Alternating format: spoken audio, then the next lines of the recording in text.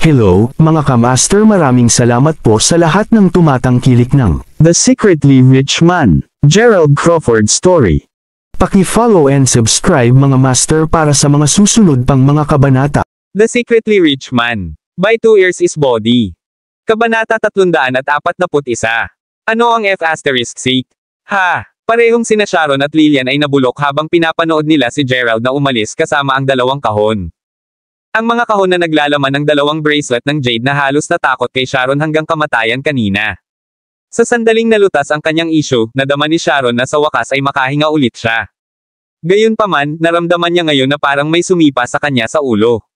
Naging blanko ang isip niya. Si Gerald ang bumili ng dalawang bracelet ng jade. Ang mga mata ni Lillian at Hayward ay nakabukas sa pagkabigla. Ito ay lalo na ang kaso para kay Lillian. Laking gulat niya na hindi siya humawak sa isa sa mga piraso ng jade na sapat at hindi sinasadyang ibinaba ito sa lupa kung saan ito kumalas. Maghintay. Gerald. Ikaw ang bumili ng dalawang bracelet ng jade. Tanong ni Lillian sa sorpresa. Hindi lang siya pinansin ni Gerald at patuloy na lumakad palayo kasama ang mga jade bracelet sa kamay.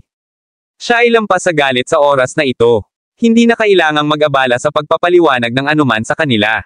Maaari lang niyang bilhin ang mga ito sa pera ng ibang tao. Kalimutan ang tungkol sa kanya. Sharon, Lillian, bakit hindi kami magtungo sa isang restoran at masisiyahan sa isang masarap na pagkain sa halip? Panipi. Ayaw ni Hayward na makalabas. The asterisk man ito. Ito ay naramdaman na parang si Gerald ay nagpadala lamang ng isang biglaang sampal sa kanyang mukha. Ang tanging dahilan na handa siyang gumastos ng maraming pera ngayon ay dahil nais niyang manalo kay Sharon. Hindi mahalaga kung paano niya sinubukan na i-dice ito, malalim sa loob alam niya na malinaw na napalampas siya ni Gerald sa oras na ito. Ano ang nangyayari kahit dito? Siya ba talaga ang bumili ng jade bracelets? Saan niya nakuha ang lahat ng pera na iyon? Tanong nila ng malakas habang iniwan nila ang tindahan ng alahas. Parehong hindi komportable sina Sharon at Lillian. Pareho silang natatakot na ito talaga ang katotohanan. Kung si Gerald ngayon ay mas mayaman kaysa sa kanila, magiging mas nakakatakot ito kaysa sa mga kaganapan na naganap sa shop kanina. Sa labas ng asol, biglang may ideya si Lillian. Bakit hindi namin inaanyayahan si Gerald na magkaroon ng pagkain sa amin? Pagkatapos kumain, maaari naming tanungin siya ng higit pa tungkol dito. Pagkatapos ng lahat, nakita mo siyang bumili ng mga cellphone sa huling oras. Dapat talagang mayaman siya. Dapat nating tanungin siya tungkol dito upang makarating sa ilalim nito. Panipi. Habang iniisip ko na magandang ideya iyon, hindi ako sigurado kung handa ba siyang umupo sa amin pagkatapos ng paraan na ginagamot ko siya kanina, sabi ni Sharon. Mamahinga, iwanan mo na lang ito sa akin. Ano sa palagay mo, Hayward? Dapat ba tayong mag-imbestiga at makarating sa ilalim nito? Tanong ni Lillian. Si Hayward ay may labis na hindi kasiya siyang pagpapahayag sa kanyang mukha hanggang sa puntong tinanong siya ni Lillian para sa kanyang opinyon. Oo, sigurado. Ito ay isang regular na pagkain pa rin. Sige at tawagan mo siya. Panipi. Si Hayward ay nagkakahalo ng mga damdamin tungkol sa buong sitwasyon ngunit kailangan niyang aminin, kahit na siya ay mausisa tungkol sa kung ano ang nangyayari sa mundo. Noong nakaraan, si Murphy ang pinakamalakas na katunggali ni Hayward. Habang nabanggit talaga ni Sharon na halos umibig siya kay Gerald sa kanyang mga araw sa high school, hindi niya itinuring si Gerald bilang isang katunggali. Ngayon, gayunpaman, siya ay sinaktan ng isang napagtanto na ang tila mahirap na batang ito ay talagang ang pinakamalaking banta. Ang paraan ng pakikipag-usap ni Sharon at Lillian tungkol sa kanya ngayon ay patunay na. Kapag ang mga batang babae ay tapos na talakayin ang bagay na ito, gumawa si Lillian ng isang tawag sa telepono kay Gerald. Sa kabilang dulo ng linya, si Gerald ay naglalakad kasama ang mga pulsere sa kamay nang magsimulang mag-vibrate ang kanyang telepono. Sinuri niya upang makita kung sino ang tumatawag at nakita na ito ay si Lillian.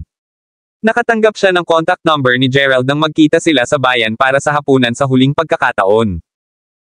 Kumusta Gerald? Nasaan ka na ngayon? Ako ay lantaran, medyo nahihiya ako sa lahat ng sinabi ko sa iyo kanina.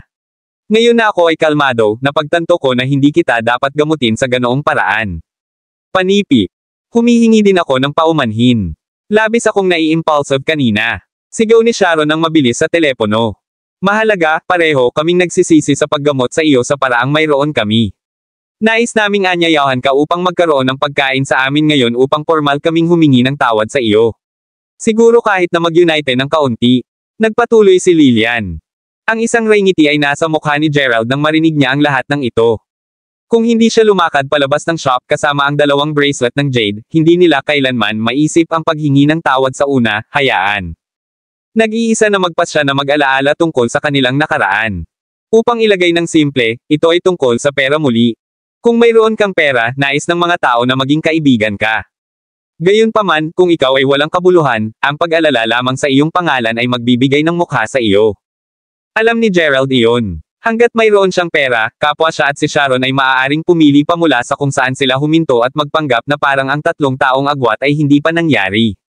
Kabanata 342. Haha, mabuti, kalimutan mo ito. Hindi ito isang malaking pakikitungo. Panipi. Ayaw ni Gerald na pumunta. Hindi, walang Gerald, iginiit ko. Hindi mo kami tinitingnan, di ba? Hindi ka kailanman tumingin sa iyong sariling mga kamag-aral sa high school, di ba?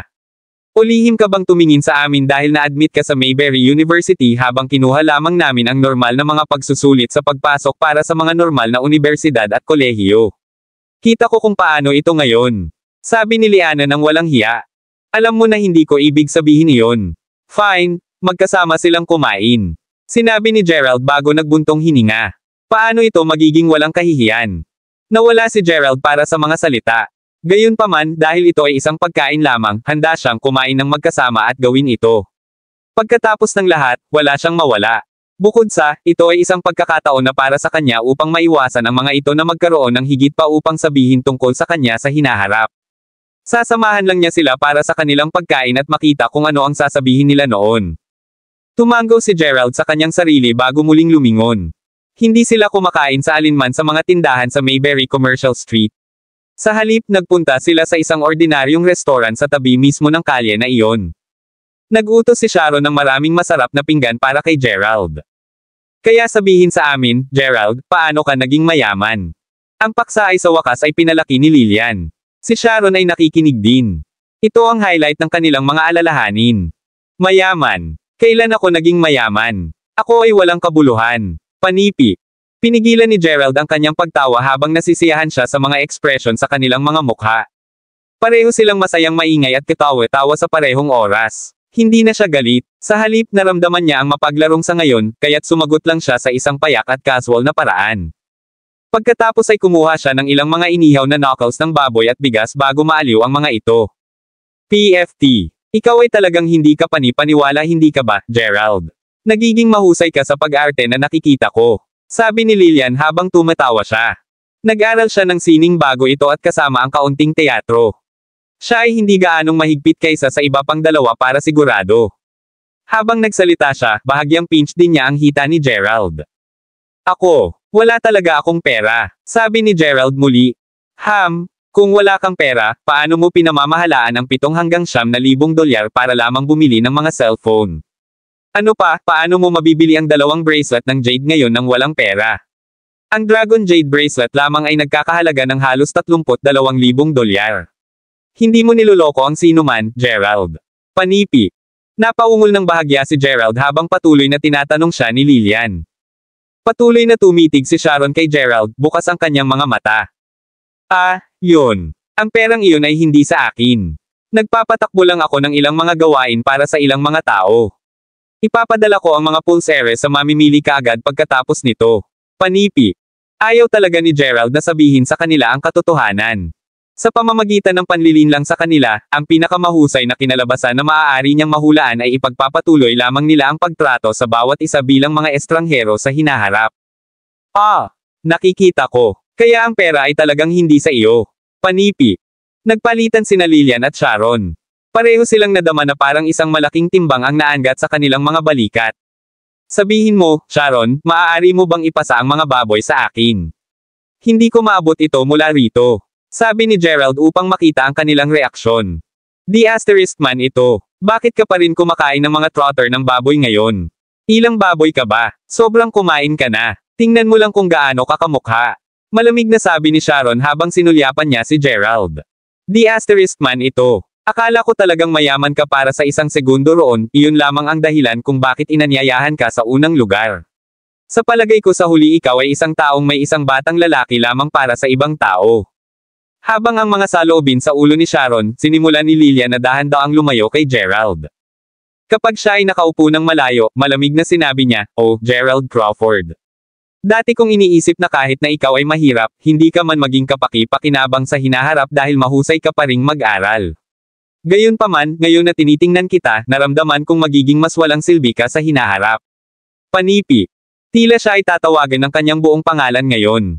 Hindi ba sinabi mo na dapat nating suportahan ang bawat isa at magbigay ng mga kamay na tumutulong dahil lahat tayo ay nasa Mayberry City? Dahil ang mga lalaki ay malinaw na gumagawa ng mas mahusay kaysa sa akin, maaari mo ba akong ipahiram sa isang tulong na kamay din? Pagkatapos ng lahat, 3 taon na kaming mga kamag-aral sa high school. Tanong ni Gerald. O Diyos ko, para bang matutulungan ka namin? Ano ang maaari mo ring gawin? Hindi mo na dapat pag-usapan ang tungkol sa aming mga araw sa high school. Hindi pa ako masyadong nagsalita sa iyo. Bakit hindi na lang patuloy na makipag-chat kay Sharon? Hindi ba kayong dalawa halos isang mag-asawa noon? Tiyak na gusto ka pa rin ni Sharon. Panipi. Sinabi ito ni Lillian na pakinggan ni Hayward. Nahuli si Sharon sa kung ano ang sinusubukan niyang gawin kaagad. Ano ang ibig mong sabihin sa Lillian na iyon? Paano ko magugustuhan si Gerald? Hindi ko siya nagustuhan. Panipi. Habang tinapos ni Sharon ang kanyang pangungusap, sinampal niya ang kanyang mga chopstick sa mesa ng galit. Ang dalawa pagkatapos ay nagsimulang magtaltalan. Maaari lamang subukan ni Hayward na hikayatin sila na ihinto ang pakikipaglaban sa bawat isa. Upang maging mayaman at gwapo tulad niya, ay isang kasalanan. Hindi binibigyang pansin ni Gerald ang mga ito at simpleng patuloy na kumakain habang tinatangkilik din ang masiglang kapaligiran. Lahat ng isang biglaang, ang pintuan ay itinulak ng bukas sa halip malakas. Maraming mga pulis ang biglang lumakad. Ito ba? Tinanong ng isang pulis ng malamig habang itinuro niya kay Gerald at sa iba pa.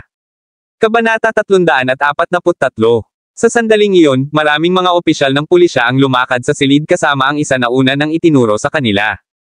Iyon ang mga ito. Ang isang galit na tinig ay nagmula sa isang taong may puting gos na nakabalot sa buong ulo. Habang naglalakad siya ng mas malapit, ang grupo ay maaaring magawa kung sino ang tao na tumuturo kay Hayward ay. Ang kanyang pangalan ay Murphy, di ba? Naisip ni Gerald sa kanyang sarili. Ang sitwasyon ay medyo malinaw. Matapos salakayin ni Hayward si Murphy, dapat na tinawag ni Murphy ang pulisya matapos na mabigyan ng pinsala ang kanyang mga pinsala. Tila pinamamahalaang ng pulisya na subaybayan ang mga ito dito sa pamamagitan ng tulong ng mga surveillance camera sa Mayberry Commercial Street. Kung hindi yun sapat, nag-book din si Hayward ng isang mesa sa isang restaurant malapit sa Mayberry Commercial Street sa ilalim ng kanyang pangalan. Sige na, kakailanganin natin kayong lahat na sumama sa amin. Malamig ang sinabi ng isang opisyal ng pulisya. Parehong sina Hayward at Sharon ay nagsimulang magpanik. Kahit na naramdaman ni Hayward na higit na mataas ang ilang segundo, ang kanyang mga aksyon ay bumalik upang kagat siya. Pagkatapos ng lahat, nag-crash siya ng isang florera sa ulo ni Murphy kanina. Kahit na siya ay malinaw na nababahala, ang kanyang susunod na tugon ay upang sabihin na masiglang sabihin, "Oo naman, umalis tayo. Mapapalabas ako pagkatapos ng 2 oras pa rin." Panipi. "Oh, 2 oras na sinasabi mo. Matapos mong matumbok ang aking kapatid. Gusto kong makita na subukan mo." Sinabi ng isang malamig at mapagmataas na boses. Ang isang babae sa lalong madaling panahon ay nagsimulang maglakad pasulong. Tumayo siya sa tabi ni Murphy. "Sister, iyon ang bata na sumalakay sa akin," sabi ni Murphy habang itinuturo niya kay Hayward. "Huwag kang mag-alala, ipinaliwanag ko na ang bagay sa inspector. Tiyak na magtataguyod siya ng hustisya sa ngalan mo." Sagot ng babae. Ang pagkakaroon ng pagsasalita na nag-iisa ay napatunayan na ang pamilya ni Murphy ay may sapat na koneksyon upang ayon ang sitwasyon mula sa isang simple sa isang medyo mahirap. Si Hayward ay nagsimulang pakiramdam na mas kinakabahan ngayon. Hindi rin inaasahan ni Sharon na magkaroon ng isang makapangyarihang kapatid si Murphy. Habang inilipat ng babae ang kanyang malamig na sulyap mula kay Hayward upang tumingin sa iba na nakaupo sa parehong mesa, hindi niya maiwasang mapalaki ang isang kilay sa pagkamangha. "Gerald, ano ang ginagawa mo dito?" Panipi. Si Gerald ay abala sa pagkain ngunit nang marinig niya ang kanyang pangalan at ang pamilyar na tinig, tumangala siya. Kahit na siya ay nagulat. Ang babaeng nakatayo sa harap nila ay walang iba kundi ang pinsan ni Naomi na si Zailina. Hindi talaga niya inaasahan na makakaugnay din si Murphy sa kanya. Alam ni Gerald na walang kapatid si Zailina. The asterisk man ito. Sa kanyang larawan, walang magiging mga tagalabas sa pagtatalo na ito. Sa isang panig ay ang kanyang mga kamag-aral sa high school habang nasa kabilang banda ay ang mga kamag-anak at kaibigan ni Naomi. Hindi mapigilan ni Gerald na matawa ng walang katawa-tawa sa sitwasyon. Huwag mo akong isipin, magkakasama lang tayo. Humph! Kaya talagang nasisiyahan ka sa isang pagkain kasama ang mga taong pinalo ang aking kapatid. At syempre isang nakamamanghang haltak tulad mo ay kasangkot din sa bagay na ito. Upang isipin na nag-ingat ako sa iyo sa nakaraan. Sagot ni Zylina. Upang maging matapat, mula pa noong inanyayahan ni Zylina at Naomi si Gerald at ang iba pa sa isang pagkain noon, labis na nasisiyahan siya sa kanya dahil sa pagtakbo bago pa matapos ang pagkain. Ang nakakahiya na bagay ay na siya ay una na nagplano para sa kanyang mga kamag-aral na kumilos ng kahanga-hanga at ipakita ang kanilang kapangyarihan sa mga kamag-aral ni Naomi. Hindi niya pa rin maintindihan kung ano ang nagkamali sa araw na iyon. Ang lahat ng mga babaeng kamag-aral ni Naomi ay bumulong sa kanilang sarili at wala siyang ideya kung ano ang kanilang pinag-uusapan. Sa huli, bahagya silang tumingin sa kanyang mga kamag-aral. Sa madaling sabi, nakakahiya ang buong pagkain. Siyempre, sinisisi niya ang buong bagay kay Gerald dahil sa hindi pagpapahalaga sa kanyang mga pagsisikap na humantong sa iba na gumagawa ng pareho. Gayunman, hindi inaasahan na ang dalawa ay talagang magkikita tulad nito ngayon. Humph! Nandoon din ang taong iyon habang binugbog ako. Sabi ni Murphy habang tumuturo siya kay Gerald. Sapat na iyon. Hindi mo na kailangang sabihin pa.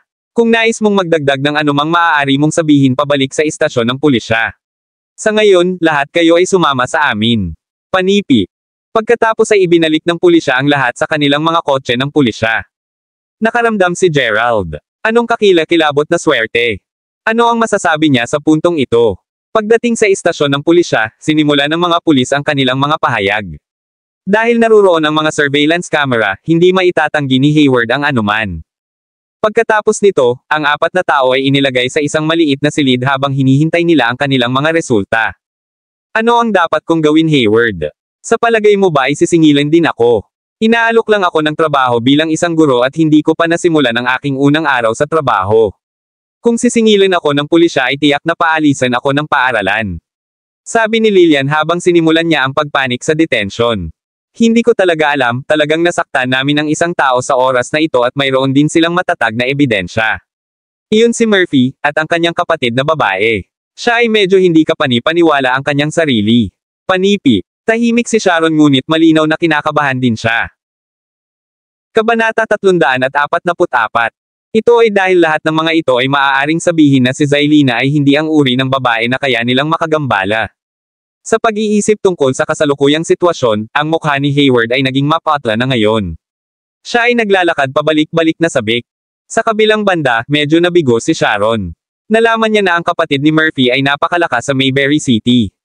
Siya rin ay may kakayahang sa lipunan sa pangkalahatan.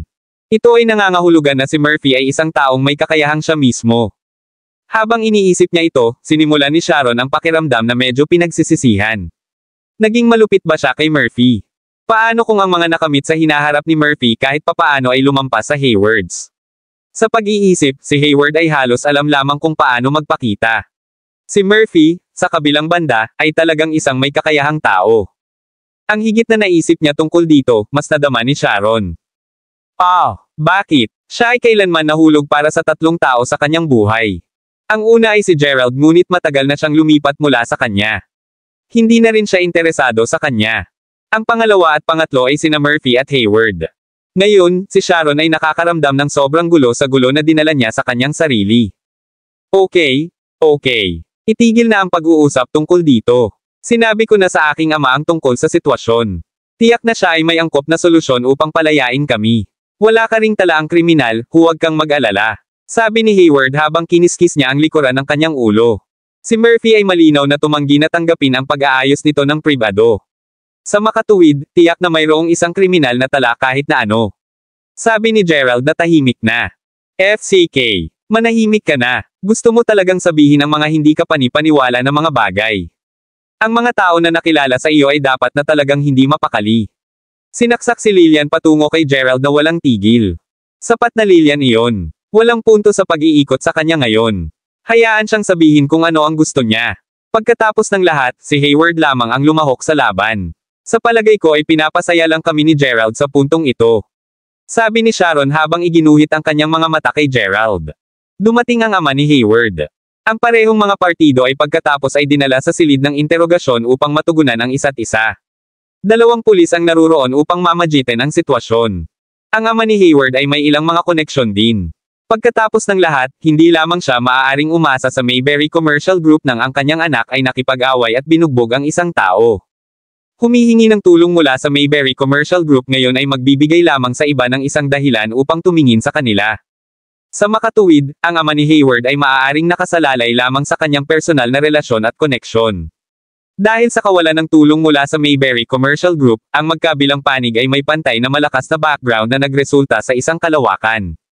Hindi ito makakatulong na ang kanyang anak ay hindi nasaktan habang si Murphy ay nasaktan.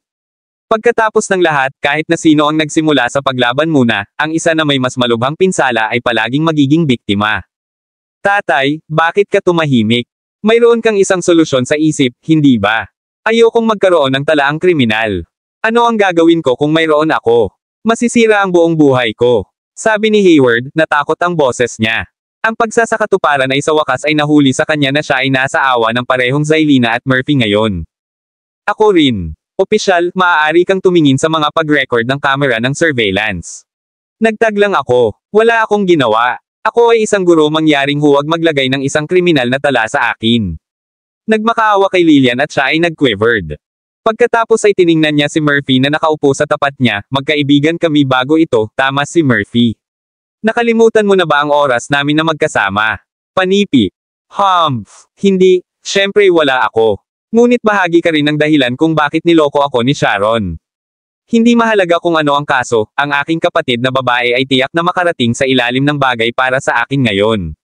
Sabi ni Murphy ng determinado.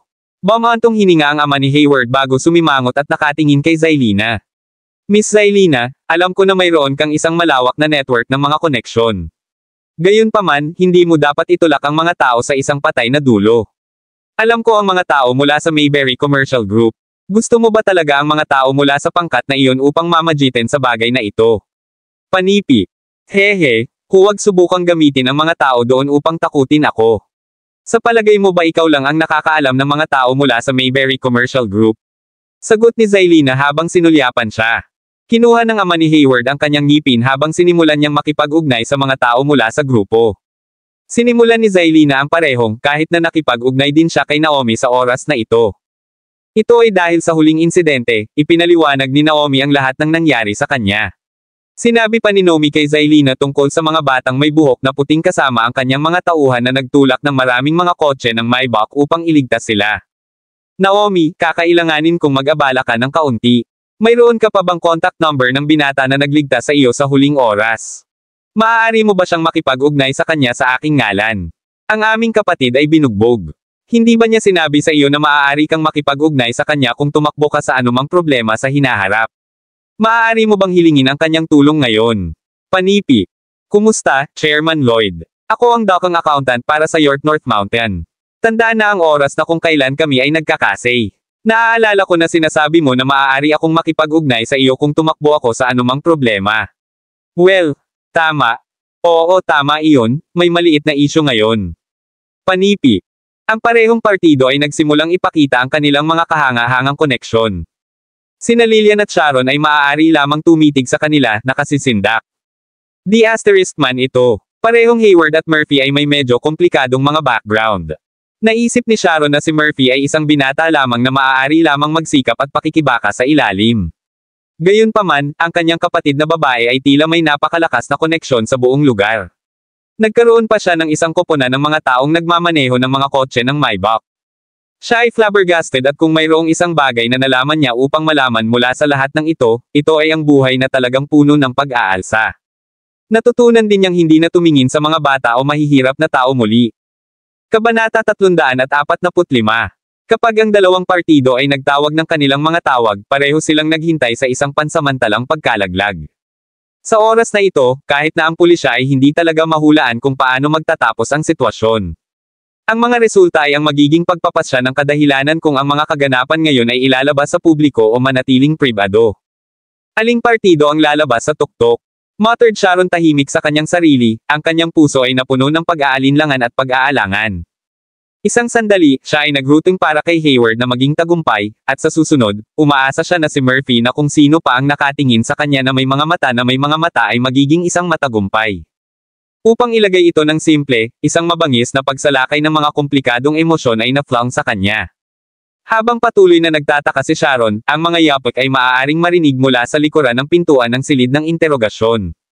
Maraming mga yapok sa katunayan, at lahat sila ay tila gumagalaw ng madali. Helye? Tatay. Narito ba si Chairman Lloyd?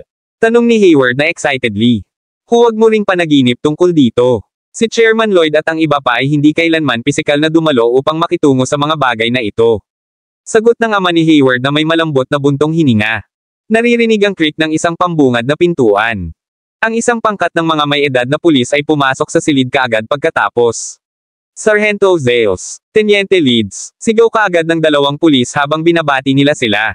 Ang isang pangkat ng mga kalalakihan ay sumusunod din sa likuran nila, isang halos pagpindot sa aura na lumalabas mula sa kanila. Sargento Zales. Ako ang tumawag kay Chairman Lloyd. Binati ang tatay ni Hayward sa sandaling nakita niya ang kaakit-akit na pulis. Teniente Leeds, nakipag-ugnay na rin ang panig ng biktima kay Miss Naomi. Ang taong binugbog ay walang iba kundi ang nakababatang kapatid ni Miss Naomi. Sabi ni Zailina habang huminga siya ng malalim. Kahit na asterisk ay tinawag dito ngayon. Noong nakaraan, nahihirapan siyang paniwalaan ang kwento ng kanyang pinsan nang ang mga batang may buhok na puting at maibak ay idinagdag sa equation. Gayunpaman, alam niya ngayon na ang kapatid ng kanyang pinsan ay tiyak na mas malakas at may kakayahang kaysa sa kanya. Ang sumunod ay isang maikling serye ng mga paliwanag, ang parehong partido na nagpapahayag ng kanilang mga posisyon sa dalawang pinuno. Manem. Ano ang chairman na si Lloyd at kung anong nakababatang kapatid ang iyong pinag-uusapan? Opisyal na Wiles, sapat na ba ang pag-usisa sa kanila sa kung ano ang tunay na nangyari? Tanong ni George. Oo, mayroon ako. Si Murphy ang nagsimula sa buong bagay sa pamamagitan ng paghagupit kay Sharon sa Trinity Jewelers. Ang sumunod ay tinawag ni Sharon na si Hayward upang talunin si Murphy. Panipi. Well, dahil ang alinman sa partido ay handang bumalik, wala talagang punto sa pagpapasya kung ang bagay na ito ay dapat na ayusin ng pribado o sa publiko. Dadaan lang sila sa mga normal na pamamaraan, pagpigil sa administratibo at parusa din. Ang lahat ng mga manggugulo ay dapat makulong. Malamig na sabi ni George. Sa sandaling iyon, ang pagkalito ay lumusot sa magkabilang partido. Ano ang ibig mong sabihin doon? Hindi ka ba dito makakatulong? Tanong ni Zailina. Hindi niya inaasahan ang sagot na iyon. Upang isipin na ang kanyang pagtitiyaga ay talagang pagpunta sa paglock ng kanyang nakababatang kapatid. Ano ang nangyayari dito? Ito ba talaga ang kapangyarihan ng kanyang kapatid?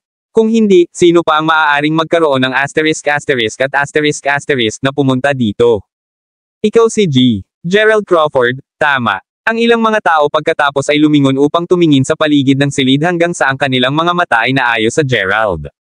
Iyon ang magiging akin, sabi ni Gerald habang tumango siya. Ang totoo, nakipag-ugnay na si Gerald kay Harrison ng mas maaga habang siya ay nasa sasakyan ng pulisya. Ipinaliwanag niya ang buong sitwasyon sa kanya. Malinis si Gerald dahil wala talagang anumang bagay na nagaganap at hindi talaga siya nagawa ng anumang bagay na napansin sa pinangyarihan. Gayunpaman, nakakagulat pa rin na makita ang asterisk ng personal. Una nang inaasahan ni Gerald na si Harrison ay makipag-usap sa mga pulis sa kanyang ngalan. Well, ikaw ay isang nakasaksi lamang sa kasong ito kaya hindi mo na kailangang manatili dito. Maaari kang umalis, panipi. Sige, salamat sa lahat ng iyong mga problema. Wala nang sinabi si Gerald at siya ay naglalakad lamang sa istasyon ng pulisya na iniwan ang iba. Malinaw na tulad ng araw ngayon. Ang pangkat ng mga tao doon ay dumating para kay Gerald. Tulad ng kung hindi ito sapat na malinaw, ang mga kalalakihan na may malakas na oras ay ganap na hindi pinansin ang lahat sa istasyon ng pulisya habang sila ay lumingon kasama si Gerald.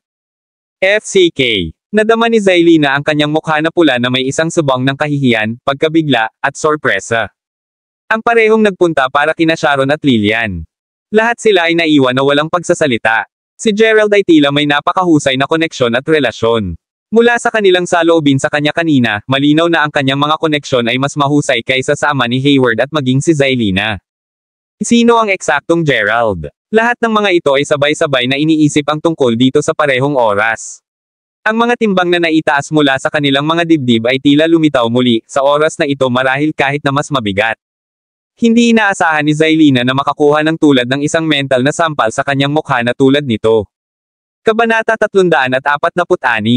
Bukod sa pakiramdam na nahihiya, nagsisimula rin siyang lumaki ng isang maliit na kinakabahan. Lahat ng tatlo sa mga kababaihan ay nararamdaman ng parehong emosyon. Natakot sila kahit na mag-isip tungkol sa posibilidad ni Gerald na talagang isang malaking boss. Habang umalis si Gerald sa harap ng pintuan ng istasyon ng pulisya, nagulat siya nang makita na si Wesley mula sa Bureau of Commerce ay naghihintay na sa kanya sa isang kotse sa labas. Sumakay si Gerald sa kotse. Ngumiti si Wesley bago sabihin, "Mr. Crawford, ikaw ay isang saksi lamang kaya bakit ka pa pinanghahawakan?" Hahaha, panipi. Alam ni Gerald na pinag-uusapan niya ang katotohanan na si Zylina ay patuloy na iginiit na siya ay isang kasabwat sa bagay na ito. Huwag mo ring banggitin, mayroon lamang siyang maliit na sama ng loob sa akin. Hindi na kailangang pumasok si Gerald sa mga detalye kaya nagbigay lamang siya ng isang simpleng sagot. Nakikita ko, sa pamamagitan ng paraan, G. Crawford, mayroong isang bagay sa aking isip na hindi pa rin ako sigurado kung dapat ba akong ibahagi sa iyo, sabi ni Wesley na may ngiti habang patuloy siyang hinihimok si Gerald pabalik sa kanya paaralan. Si Gerald ay nagkaroon ng magandang impresyon kay Wesley. Siya ay isang tunay na pinuno na talagang nais na higit na mabuo at tulungan ang pamayanan ng negosyo sa Mayberry City na lumago. Dahil doon, bahagyang sumandal si Gerald upang ipakita na nakikinig siya. Kaya, narito ang bagay. Ilang oras na ang nakalilipas, ang aming koponan sa pamamahala ng negosyo ay nakatanggap ng isang tagapagpahiwatig ng gawain upang palakasin ang aming konstruksyon sa ekonomiya at kanayunan. Siyempre, ang kooperasyon ng Business Management Bureau ay kinakailangan para makamit natin ito. Sa makatuwid, pinlano kong mag-set up ng ilang mga proyekto ng piloto sa ibang mga bansa, lungsod, at bayan. Panipi. Personal kong naramdaman na marami na akong nababagabag sa iyo, G. Crawford. Sa makatuwid nagpasya akong maglagay ng ilang mga mapagkukunan ng pamumuhunan sa ilang iba pang mga malalaking grupo sa halip. Lahat ay napagkasundoan.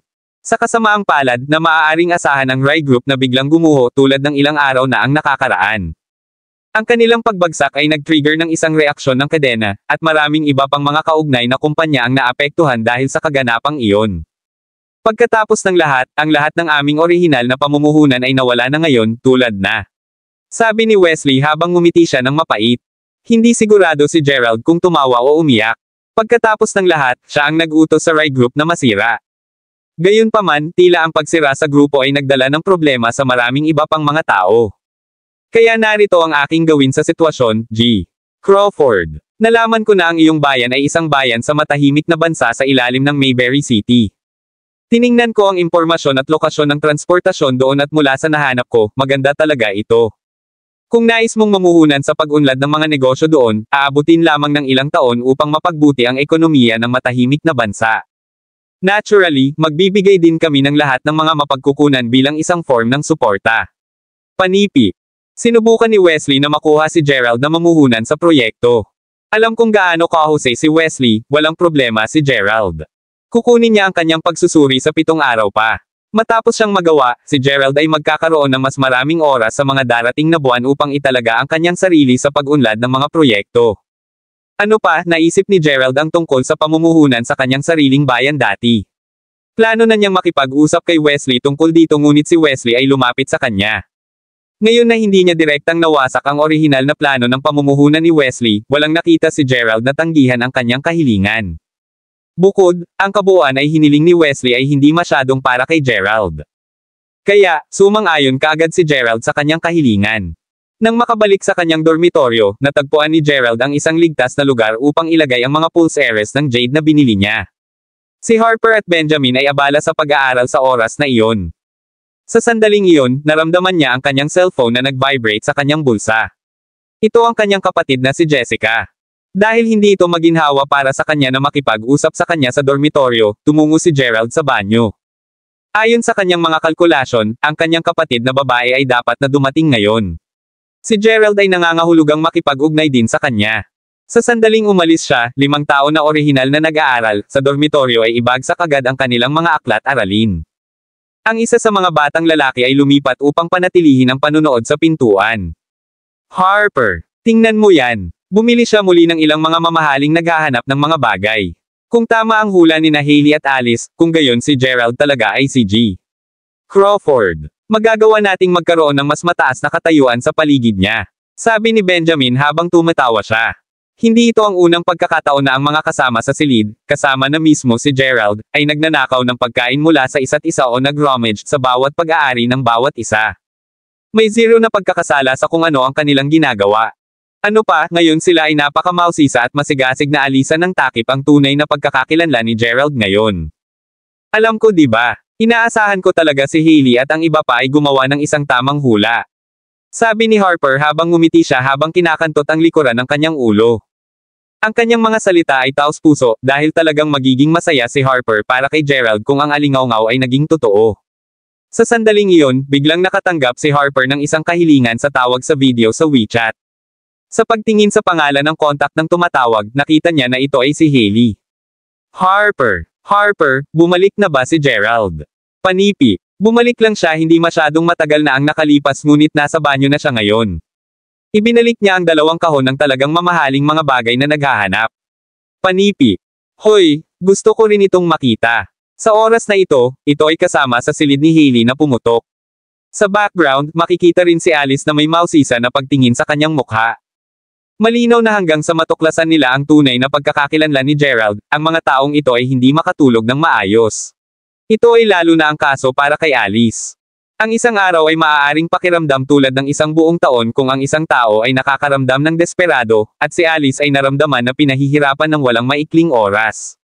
Dapat ba siyang humingi ng tawad kay Gerald? Ngayon na wala si Mila dito, may pagkakataon ba na makakasama niya siya?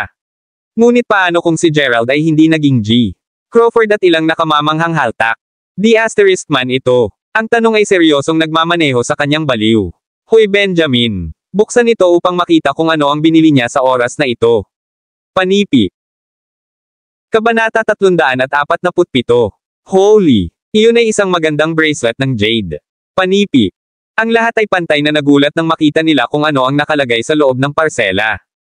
Ang resibo na dumating kasama ang parsela ay naging mas nabigla sila. Ang 2 pulseres ay nagkakahalaga ng higit sa $40,000. Hoy, gusto din nating makita. Nagsimulang tumalon si Jack Ellen at sumigaw sa kabilang linya ng screen. Kinuha ni Harper at Benjamin ang mga bracelet ng jade bago ipakita ito sa kanila sa pamamagitan ng kamera ng kanyang telepono. Ang iba pang mga kasama sa silid ni Gerald ay nagpatuloy sa pagtingin sa mga kahon. Kahit na ang mga kahon ay hindi mukhang mura, lahat ay kumbinsido ngayon tungkol sa isang bagay. Mayaman si Gerald. Iyon ay isang hindi maikakaila na katotohanan. Sa sandaling iyon, ang batang lalaki na nakatayo sa tabi ng pintuan ay nagsimulang bumulong ng mabilis, bumalik si Gerald. Mabilis itong ilayo. Panipi. Agad na natapos ni Harper ang tawag sa video habang ang ibang mga batang lalaki ay nagmamadali na inilagay ang mga pulseres pabalik sa kanilang mga orihinal na kahon. Nang buksan ni Gerald ang pintuan upang makapasok sa dormitoryo, nakita niya na nakatayo ang lahat ng kanyang mga kamag-aral. Lahat sila ay mukhang fluster habang tinitigan nila siya. Ito ay isang nakakagulat na eksena para kay Gerald kaya ngumiti lang siya at tinanong, ano? Nakikita mo ba ang pera sa aking mukha? Panipi. Gerald, mangyaring sabihin sa amin ang katotohanan. Mayaman ka ba talaga ngayon? Tanong ni Harper na mausisa. Tulad ng kung mayroon akong anumang pera sa unang lugar, sabi ni Gerald reflexively. Di asterisk man ito. Sinusubukan pa rin niyang itago ang katotohanan sa amin. Kapatid. Mag-isa tayo at durugan siya. Panipi. Si Harper at ang natitirang mga lalaki pagkatapos ay itinaas siya ng magkasama bago ay pinang kanyang mga braso at binti sa isang kama. Pinahihit nila siya at kinuha ang kanyang pantalon bago mag-spanking at kilati siya ng walang awa. Sige, sumuko ako. Mayaman ako ngayon. Itigil na ito. Panipi. Alam ni Gerald na ang pusa ay wala sa bag at walang punto na sinusubukan na itago ito. Ito ay lilito na ang lahat ng kanyang kamakailang mga kakaibang pag-uugali ay nahuli ang pansin ni Harper at Benjamin. May karapatan silang maging duda. Pagkatapos ng lahat, paano ang isang mahirap na mag-aaral ay biglang naging mayaman? Ano pa, hindi lang siya mayaman. Napakalakas din niya. Si Gerald ay orihinal na hindi inilaan upang sabihin kay Harper at ang natitira sa katotohanan. Ito ay dahil natatakot siya na ang pagmamahal ng kapatid na kasama niya ay titigil sa sandaling ang pera ay dumating sa equation. Gayunpaman, nanatili siyang tahimik sa katotohanan na siya ay talagang G. Crawford. Sa kabila nito, naisip na ng kanyang mga kasama sa silid na mayroong isang mataas na pagkakataon sa kanya na tiyak na si G. Crawford. Hindi mahalaga kung ano ang kanilang ginawa, tumanggi si Gerald na ibunyag kung sino talaga siya at hindi na aaminin ang iba pa, kasama na kung paano siya naging mayaman sa lahat ng biglaang. Wala namang magagawa ni Harper at ng iba pang mga batang lalaki. Kahit na nagpatuloy silang lokohin sa paligid ng isang habang, lahat sila ay tunay na masaya para kay Gerald. Tulad ng para kay Gerald, matagal na niyang isinasagawa ang kanyang isipan na tiyak na makakatulong siya sa lahat ng kanyang mga kapatid sa kanilang karera sa hinaharap. Kapag ang mga bagay ay huminahon ng kaunti, ang mga batang lalaki ay naglalaro na nag-blackmail kay Gerald habang tinalakay nila sa kanilang sarili kung paano nila gugugol ang mga susunod na araw sa paaralan ng magkasama. Lahat ng tao sa dormitoryo ay tumulong kay Gerald bago ang nakaraan. Sa makatuwid, wala siyang nakitang isyu sa paggamot sa kanila ngayon. Kapag sila ay tapos na sa pag-revise at pag-aaral, lumabas si Gerald at ang mga batang lalaki upang tamasahin ang kanilang sarili. Kumain sila, uminom, at nagkaroon ng maraming kasiyahan bago tuluyang bumalik sa dormitoryo upang magpahinga. Habang nangyari ang lahat ng iyon, ang nilalaman ng tawag ni Jessica kanina ay naiwan pa. Bumalik sa oras ng kaunti, pumasok na si Gerald sa banyo nang sa wakas ay kinuha niya ang kanyang tawag.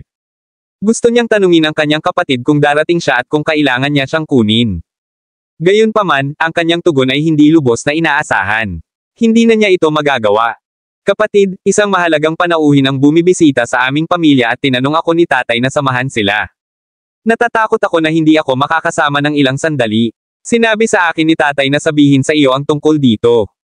Panipi. Nakikita ko. Well, hindi ito matulungan. Panipi. Si Gerald ay matapat na bahagyang nabigo. Pagkatapos ng lahat, na-miss niya talaga ang kanyang kapatid. Hoy, naaalala mo ba na ang aming ama ay dating may isang kapatid at kasama sa mga braso pabalik noong kami ay nasa dati naming bahay sa Mayberry City? Ginagawa ko, sabi ni Gerald habang tumango siya. Ito ay isang mahabang kwento na narinig niya mula sa kanyang ama sa telepono ilang oras na ang nakalilipas. Bahagi ng kwentong iyon nakasangkot sa kanyang ama na nagsasabi sa kanya na ang pamilyang Crawford ay palaging may paraan ng pagtuturo sa kanilang mga anak upang mabuhay sa kahirapan. Ang kanyang ama ay walang pagbubukod sa na. Kabanata 348. Bumalik noon, ang kanyang ama ay nanirahan sa kahirapan at nabigo siyang ipasa ang pagsusuri sa pasukan upang makapasok sa universidad. Sa makatuwid, pinilit siya ng lolo ni Gerald na maglingkod bilang isang sundalo sa hukbo. Doon, nakilala niya ang kanyang kasama. Matapos makasama sa army sa loob ng 2 taon, bumalik siya sa kanyang bayan at nagsagawa ng pagsasaka. Kailangan niya ang pera mula nang masira siya. Kahit papaano, pinamamahalaan niya upang magtipon ng sapat lamang upang buksan ang isang steamed bun shop at tumigil siya sa pagsasaka noon. Gayunpaman, dahil ang kanyang ama ay hindi isa lamang na hayaang makatakas ang isang magnanakaw nang makita niya ang isa, tinapos niya ang pag-iwas sa magnanakaw. Bilang isang resulta, kailangan niyang isuko ang kanyang steamed bun shop sa ibang partido bilang kabayaran. Pagkatapos nito, humiram din siya ng maraming pera at nagkaroon ng maraming dayuhang utang. Ito ay isang punto sa kanyang buhay kung saan siya ay mahirap, na wala rin siyang pera upang ipagdiwang ang bagong taon. Nang hindi nakakakita ng ibang pag-asa, nagpasya siyang hanapin ang kanyang kasama. Ang kanyang kasama sa mga sandata ay nanirahan sa loob ng bansa at nagmula sa isang medyo mayaman na pamilya. Parehong ang kanyang mga magulang ay mga tagapaglingkod sa sibil kaya natural silang nagkaroon ng magandang buhay. Gayunpaman, sa tuwing dumating ang kanyang ama sa kanyang tahanan ayon sa address na ibinigay sa kanya, ang kanyang kasama ay hindi kailanman magagamit. Ito ay walang maikli sa malamig at pagkabigo pabalik noon. Habang sila ay mga kapatid, sila ay lubos na malapit sa bawat isa. Gumawa pa sila ng isang kasunduan na ang kanilang mga anak sa hinaharap ay magiging mga kapatid din. Kung ang isa sa kanila ay nagbigay ng isang batang babae, kung gayon sila ay magiging isang mag-asawa sa halip. Bueno. Tila si Pat ay isang biro lamang sa kanyang kasama. Mula noon, hindi na niya sinubukan na makipag-ugnay sa kanya. Sa wakas, nang ang kanyang ama ay nasa hinog na edad na 22, sa wakas ay sinabi ng lolo ni Gerald sa kanyang ama na siya ay talagang mayaman na tagapagmana. Ang kanyang ama ay pinangunahan upang magsimula ng isang negosyo bago siya sa wakas ay nagmana ng kayamanan ng pamilyang Crawford. Ito ay hindi hanggang sa parehong Gerald at ang kanyang kapatid na babae ay ipinanganak na ang kanyang ama at ina ay sa wakas ay bumalik sa kanilang bayan. Pareho silang kinokontrol ang kanilang mga negosyo ng malayuan habang pinaplano din ang isang tamang sistema ng kahirapan upang turuan ang kanilang mga anak. Malinaw na tandaan ni Gerald na ang kanyang mga kapitbahay, sina G. Winters at Ginang Winters, na nag-ingat kay Gerald at ang kanyang kapatid na babae para sa isang malaking bahagi ng kanilang pagkabata. Ang kanilang mga magulang ay palaging abala sa paggawa ng pera sa ibang bansa upang mabayaran ang mga utang ng kanilang pamilya. Ang kanyang mga magulang ay babalik lamang upang bisitahin ang mga ito ng 2 beses o 3 beses sa isang taon upang masuri ang kanilang pag-unlad. Iyon ay isang pangunahing buod ng lahat ng nangyari. Tulad ng kung kailan sa wakas ay makikipagtagpo ang kanyang ama sa kanyang kasama na muli, nangyari ito nang handa si Gerald na simulan ang kanyang buhay sa high school. Dinala siya ng kanyang ama upang matugunan ang kanyang matanda. Kasama, naalala ng ama ni Gerald na sinabi ng kanyang kasama na mahusay siya sa kanyang pag-aaral. Nais niya ngayon na tulungan siyang maghanap ng magandang paaralan. Nang sa wakas ay nailok nila ang mga mata sa parking lot ng bahay ng kanyang kasama, ang kanyang kasama sa braso ay simpleng sinabi na abala siya sa isang pulong sa sandaling humingi ng tulong ang kanyang ama. Pagkatapos ay binago niya agad ang paksa at sinabi sa kanyang ama na makilala siya muli minsan sa hinaharap upang maalala ang tungkol sa nakaraan. Sa huli, pinamamahalaang ni Gerald na pumasok sa isang prestihiyosong high school sa pamamagitan ng kanyang sariling magagandang marka. Ang kasama ng kanyang ama ay tila may napakataas na katayuan at nadama na normal na titingnan niya si Gerald at ang kanyang pamilya. Iyon lamang ang impresyon na personal na mayroon si Gerald nang makilala niya ang kasama ng kanyang ama. Kumusta naman ito, kapatid? Tanong ni Gerald habang inalog niya ang kanyang sariling mga saloobin sa sandaling ito. Well, nakikita mo, patuloy na sinasabi ni tatay na hindi niya pinalampas ang kanyang mga dating kaibigan. Gayunpaman, alam mo na palagi siyang walang malasakit sa katanyagan at kapalaran. Ngayon na ang aming sistema ng pagtuturo sa kahirapan ay natapos na, hindi maginhawa para sa tatay na bumalik sa Mayberry City upang bisitahin ang kanyang dating kasama na may mataas na katayuan ni tatay at lahat. Oo, alam ko ang kanyang tinatawag na kasama ay palaging tinitingnan sa amin at sa aming ama, ngunit ang aming ama ay nais na makita ang kabutihan sa mga tao. Dahil hindi na ako makakabalik sa personal na gumawa ngayon, kailangan kong iwanan ang bagay na ito sa iyo ngayon. Panipi. Dahil mananatili ka sa Mayberry City upang linisin ang ilan sa iyong mga usapin sa negosyo sa panahon ng pahinga sa tag-init, subukang mag-alis ng ilang araw upang umuwi at manatili doon ng ilang sandali. Habang naruroon ka, maaari mong bisitahin ang matandang kaibigan ni tatay pati na rin ang kanyang espesyal na kaibigan. May mailing ako sa iyo sa lalong madaling panahon. Maglalaman din ito ng impormasyon ng contact at address ng espesyal na kaibigan dito. Hindi mo pa nakilala ang espesyal na kaibigan bago ako mag-isip. Kung may magagawa ka upang makatulong sa sitwasyon, mangyaring gawin ito. Panipi. Gayon din dahil matagal na kaming inaalagaan ni G. Winters at Ginang Winters, marahil ay magtayo sila ng isang villa sa bundok. Siguraduhin na bigyan mo ng pera ang kanilang mga anak upang matulungan din sila. Bueno, kakailanganin kong umalis ngayon, bye. Panipi. Matapos bigyan siya ng maraming mga tagubilin, pagkatapos ay naghang siya kaagad. Si Gerald ay maaari lamang makaramdam ng nakakagulat sa ngayon. Sino ang espesyal na kaibigan ng kanyang ama? Napagtanto na ang pag-iisip tungkol dito ay hindi makakatulong, simpleng umiling-iling siya bago bumalik sa dormitoryo. Lahat ng nangyari pagkatapos ay nilalaro tulad ng ipinakita kanina. Bumalik sa kasalukuyan, ang gabi ay tahimik habang ang mga batang lalaki ay natutulog ng mapayapa. Maaga ng umaga kinabukasan, si Gerald ay napunta sa silid-aklatan na may ilang mga aklat-aralin upang mag-aral. Mayroong maraming mga tao doon sa kabila ng pagiging maaga. Naglakad lamang si Gerald sa kanyang karaniwang lugar ng pag-aaral sa bintana. Nang makita niya ang pamilyar na talahanayan, naalalahanan siya kay Gia. Pagkatapos ng lahat, ito ay kung saan una silang nakilala. Gusto niyang bigyan siya ng jade bracelet na binili niya para sa kanya. Gayunpaman, hindi niya ito nakita sa kanyang karaniwang mga ruta at wala rin siyang impormasyon sa pakikipag-ugnay sa kanya. Ang kanyang pangalawang misyon sa silid-aklatan ay upang makita kung sa wakas ay makakatagpo siya muli sa kanya. Pagkatapos umupo, natagpuan ni Gerald ang kanyang sarili na nakatingin sa pana-panahon. Samantala, ginawa niya ito, ang ilang mga mahusay na manunood na naghahanap ng mga batang babae na nakaupo sa ibang sulok ng silid-aklatan ay patuloy na pinagmasdan ang mga aksyon ni Gerald. Hoy! Hey! Sino sa palagay mo ang hinahanap na naghahanap ng jerk? Tanong ng isa sa mga batang babae habang ngumiti siya. Kabanata 349. Sino ang nakakaalam? Hindi ba sinabi ni Gia na mayroon siyang isang aktwal na nosebleed sa unang pagkakataon na nakita niya ito? Tila siya ay lumaki masyadong nasa sabik mula sa kanyang amoy. Hindi ko ito bibilhin ng matapat. Panipi. Bakit wala ang mga batang lalaki na may mga nosebleeds kapag nakita nila ako noon? Hindi ka ba sumasang-ayon kay Gia? Sa palagay ko ay hinahanap ka niya. Panipi. Ang mga batang babae ay patuloy na nag-chat ng tahimik sa kanilang sarili. Si Gia ay maaari lamang mamula habang nakaupo siya roon. Napahiya siyang bumalik noon sa silid-aklatan nang magkaroon ng nosebleed si Gerald. Ngayon siya ay mas napahiya sa kanyang mga kaibigan na patuloy na panunukso sa kanya tungkol dito. Dapat silang mag-aral ngayon. Mas maaga pa, hinimas ni Tammy si Gia ng marahan bago ituro sa pintuan. Si Gia at ang kanyang pangkat ng mga kaibigan pagkatapos ay nakita si Gerald na pumasok sa kanyang mga libro sa kamay.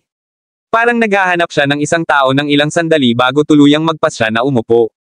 Ang kanyang mga quirky na aksyon ay nag-udyok sa mga batang babae na magsimulang talakayin ang tungkol sa kanya.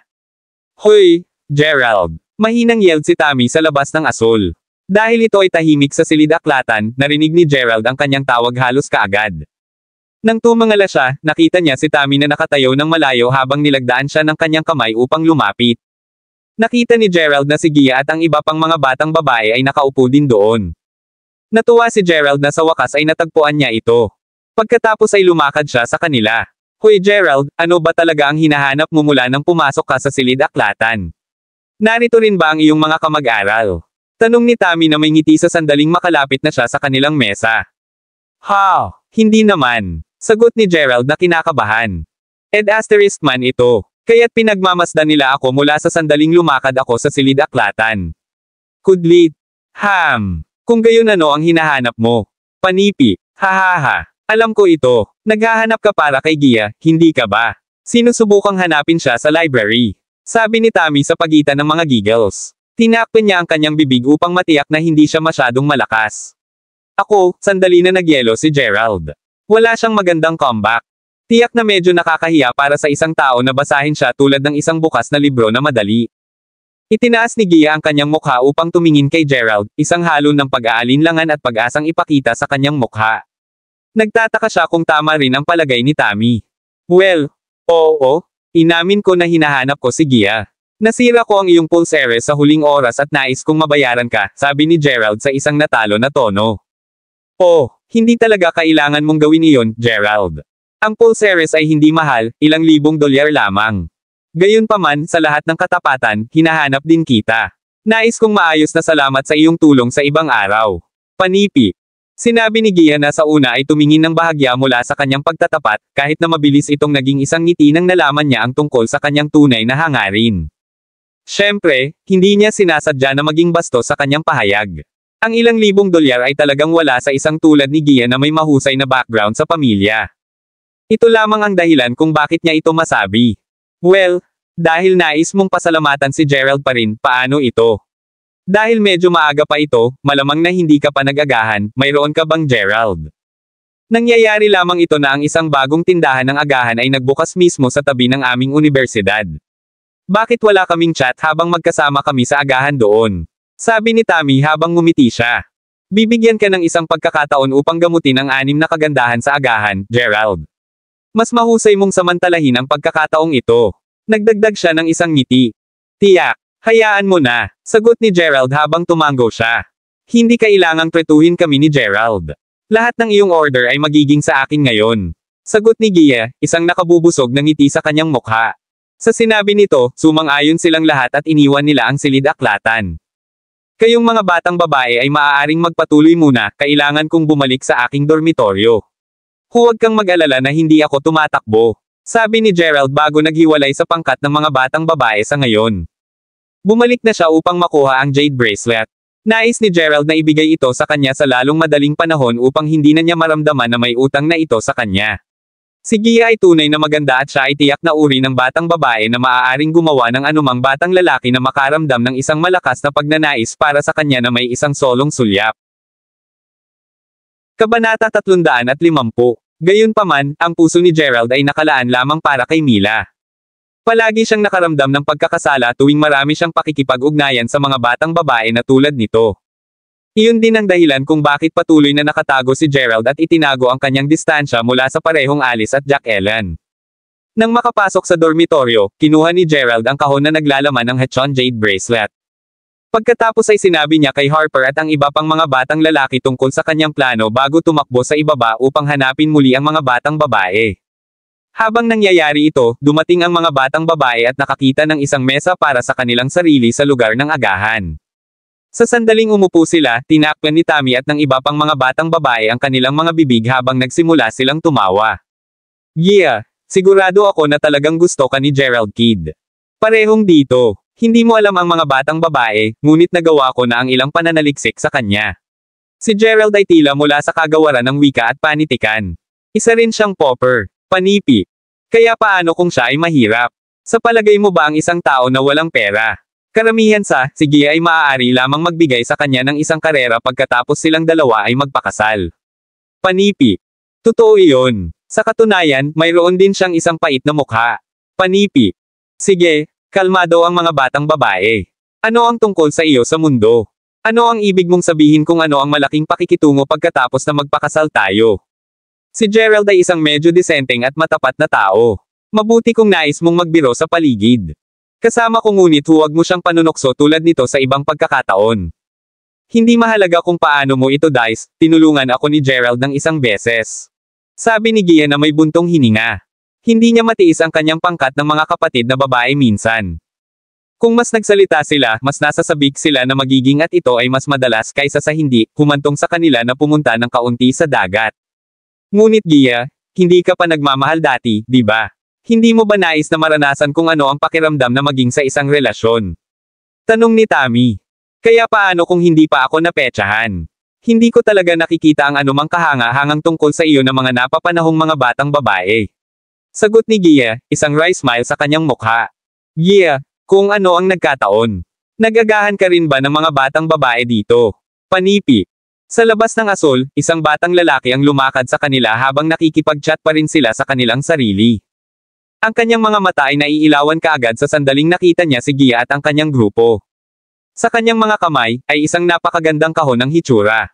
Oo, tunay na isang coincidence Jacob. Bakit ka nandito? Sabi ni Tammy habang ngumiti siya habang kumakaway ng kamay. Ang kanyang tono ay naging isang pag-flatter. Ang batang lalaki sa harap nila talaga, Jacob. Ang isa na hinaila si Gerald palayo kay Gia sa ibang araw sa infirmary. Sa katotohanan, ang background sa pananalapi ng kanyang pamilya ay sa halip ay mahusay. Pag-aari nila ang kanilang sariling kumpanya at medyo malakas. Dahil dito, maaaring magmaneho si Jacob ng isang serye ng BMW 7 na nagkakahalaga ng higit sa $121,000. Iyon ang dahilan kung bakit natural na naisip ni Tammy at ng iba pang mga batang babae. Pagkatapos ng lahat, ang sinumang batang babae na nagtapos sa pagpapakasal kay Jacob ay tiyak na masisiyahan sa isang napakaganda at matatag na natitirang bahagi ng kanilang buhay. Sinubukan ni Jacob na magkaroon ng pagmamahal ni Gia sa mahabang panahon ngayon ngunit wala lang siyang damdamin para sa kanya. Ano ang pinagtatawanan mo ng mga batang babae? Ganito ko lang nangyari ang pag-iisip tungkol sa paghahanap din kay Gia. Ano ang isang pagkakataon na pinamamahalaang namin upang matugunan lamang mula sa kaisipang iyon lamang? Sinabi ni Jacob na may isang ngiti habang komportable siyang nakaupo sa upuan na una nang nakalaan para kay Gerald. Pinag-uusapan namin kung paano kami magtatapos sa lalong madaling panahon at kung paano wala pa ring kasintahan si Gia. Ano mang angkop na mga kandidato sa isip, Jacob? Tanong ni Tammy habang kumurap ang kanyang mga mata. Ganun ba? Bueno, nakasalalay ito kung interesado sa akin si Gia. Panipi.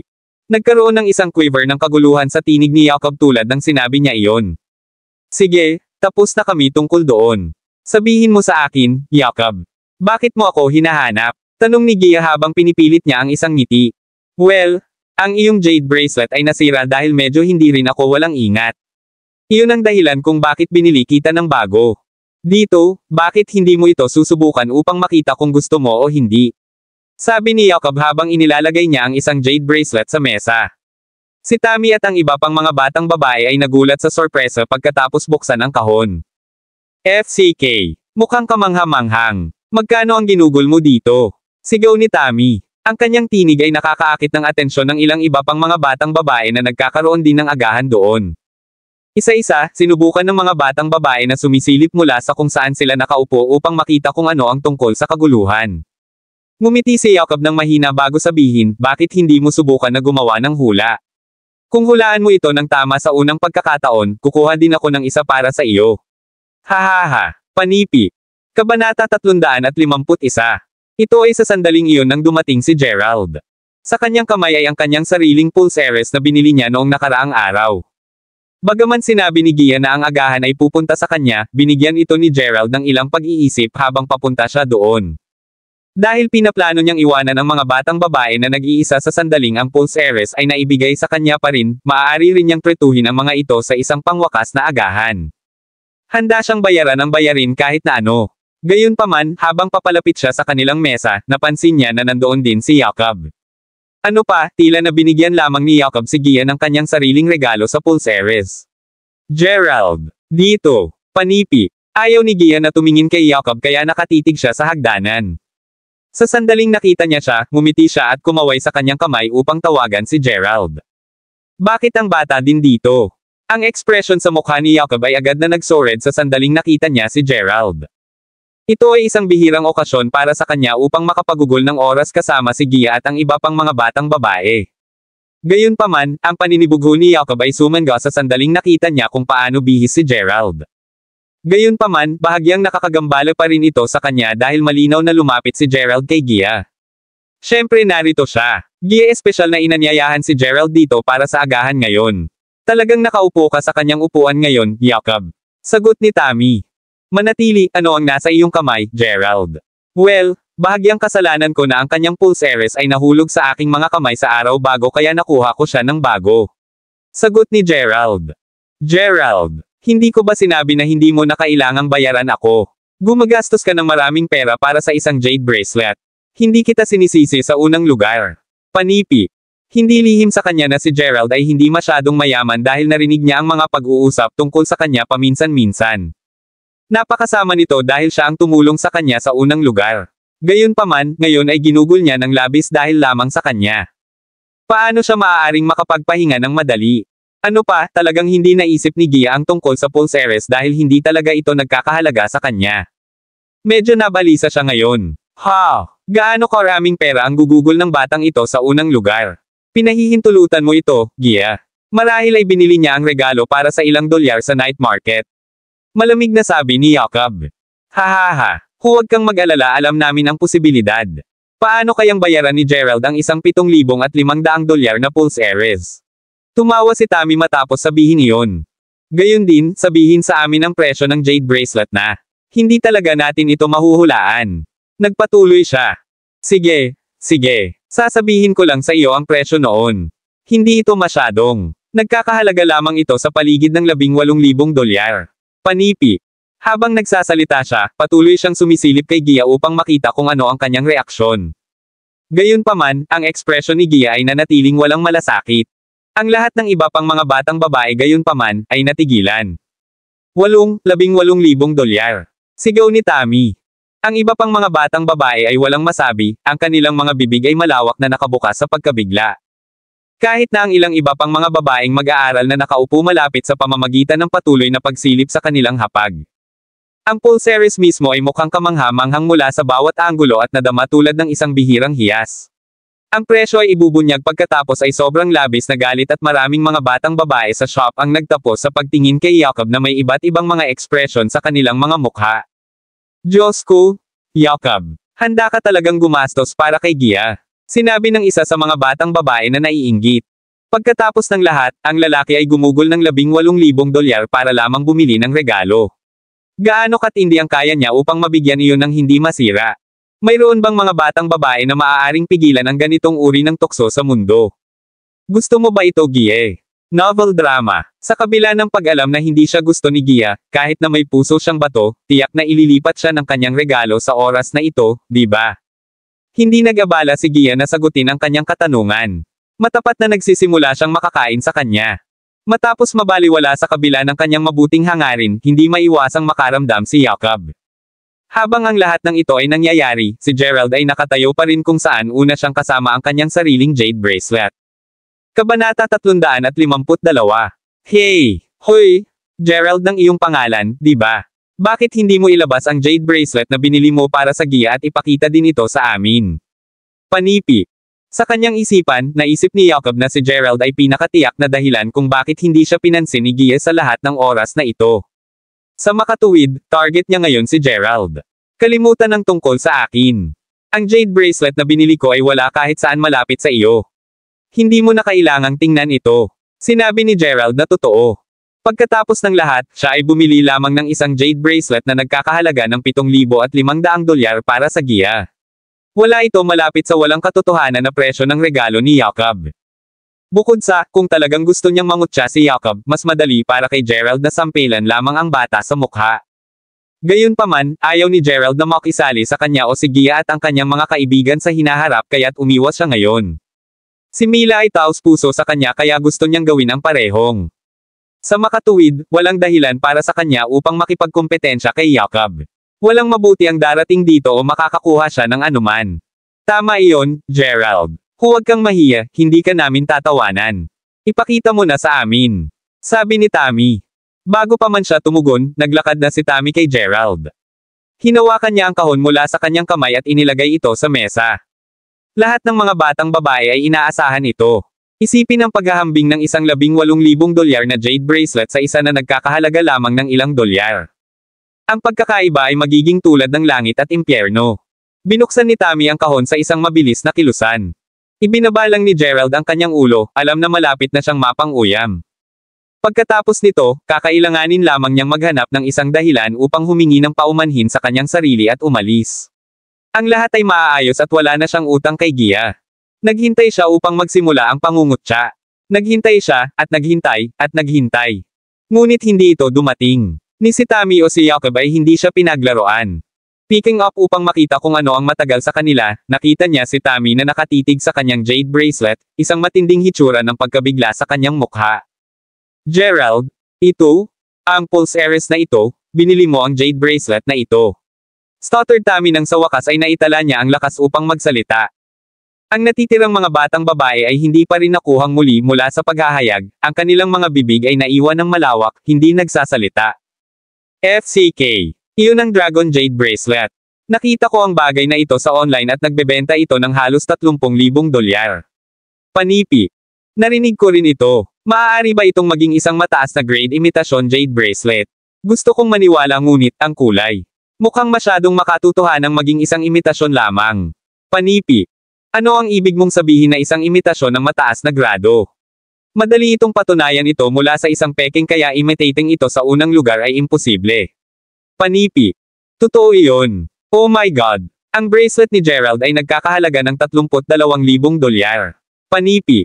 Kung ang mga batang babae ay hindi talaga nakita at gaganapin sa aktwal na produkto sa sandaling iyon, hindi sila naniniwala sa pahayag na iyon kahit nagasto sa kanila ang kanilang buhay. Gayunpaman, narito. Ang Dragon Jade Bracelet sa kanilang mga kamay. Natigilan din si Gerald at nakaramdam siya ng malamig na pawis na nagsisimulang tumulo mula sa kanyang noo. F***, kinuha niya ang maling kahon kaninang umaga. Kahit na ang dalawang kahon ay magkatulad, minarkahan sila ni Gerald ng mga numero, 7 at 32, upang makilala ang mga ito. Tiniyak niyang suriin na humahawak siya sa mas murang kahon ng pulse heiress bago siya umalis kasama ito, kaya ano ang ginagawa dito? The asterisk man ito. Ang puso ni Gerald ay matalo ng walang tigil.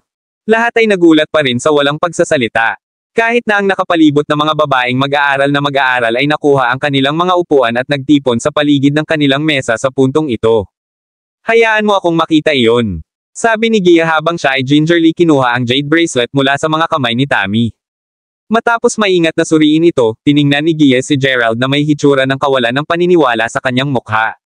Panipi tuldok. Ito ang tunay na pakikitungo. Ito ay talagang tunay. Gerald, binili mo ba ito? Panipi. Walang ideya si Gerald kung paano siya sasagutin. Habang ang lahat ng ito ay nangyayari, ang mukha ni Jacob ay lumago na maging pula tulad ng isang kamatis. Ang kanyang mga pisngi ay nag-flush ng parehong sorpresa at galit. Pakiramdam niya ay parang nasample lang siya sa mukha. Hey. At narito naisip ko na ikaw ay isang matapat na tao. Isa ka pa sa isa sa mga mapagpanggap na tao, hindi ba? Ang pagsasabi na ang iyong sariling pulse heiress ay hindi kasing mahal ng minahan, ginagawa mo ito sa layunin na lokohin ako, hindi ba? Panipi. Maging ang mga panunuya ni Jacob ay sinabi sa isang bahagyang nakakagulat na tinig.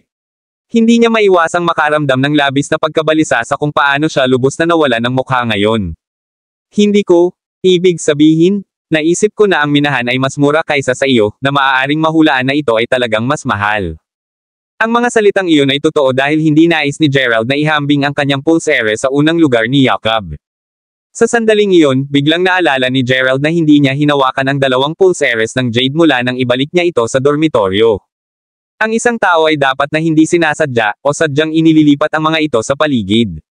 Tatanungin niya si Harper at ang mga lalaki tungkol dito nang makabalik siya.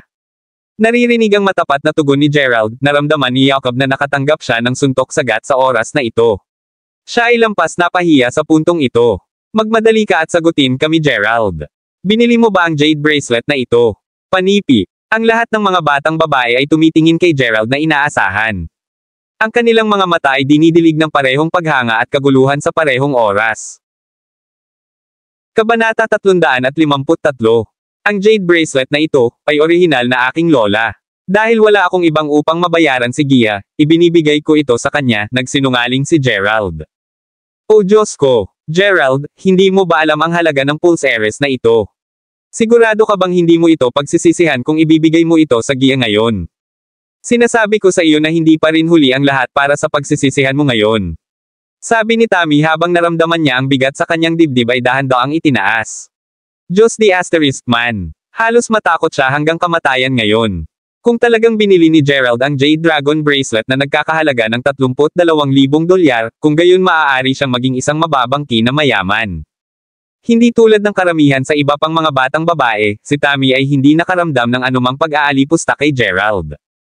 Gayunpaman, ito ay lampas sa nakakagulat at hindi makapaniwala kung ang isang popper na tulad ni Gerald ay biglang naging isang tagapagmana kaysa sa lahat ng mga ito ay maaaring maging. Sa kabutihang palad, hindi iyon ang kaso. Hindi ko alam ang halaga ng Dragon Jade Bracelet bago ito ngunit ginagawa ko ngayon.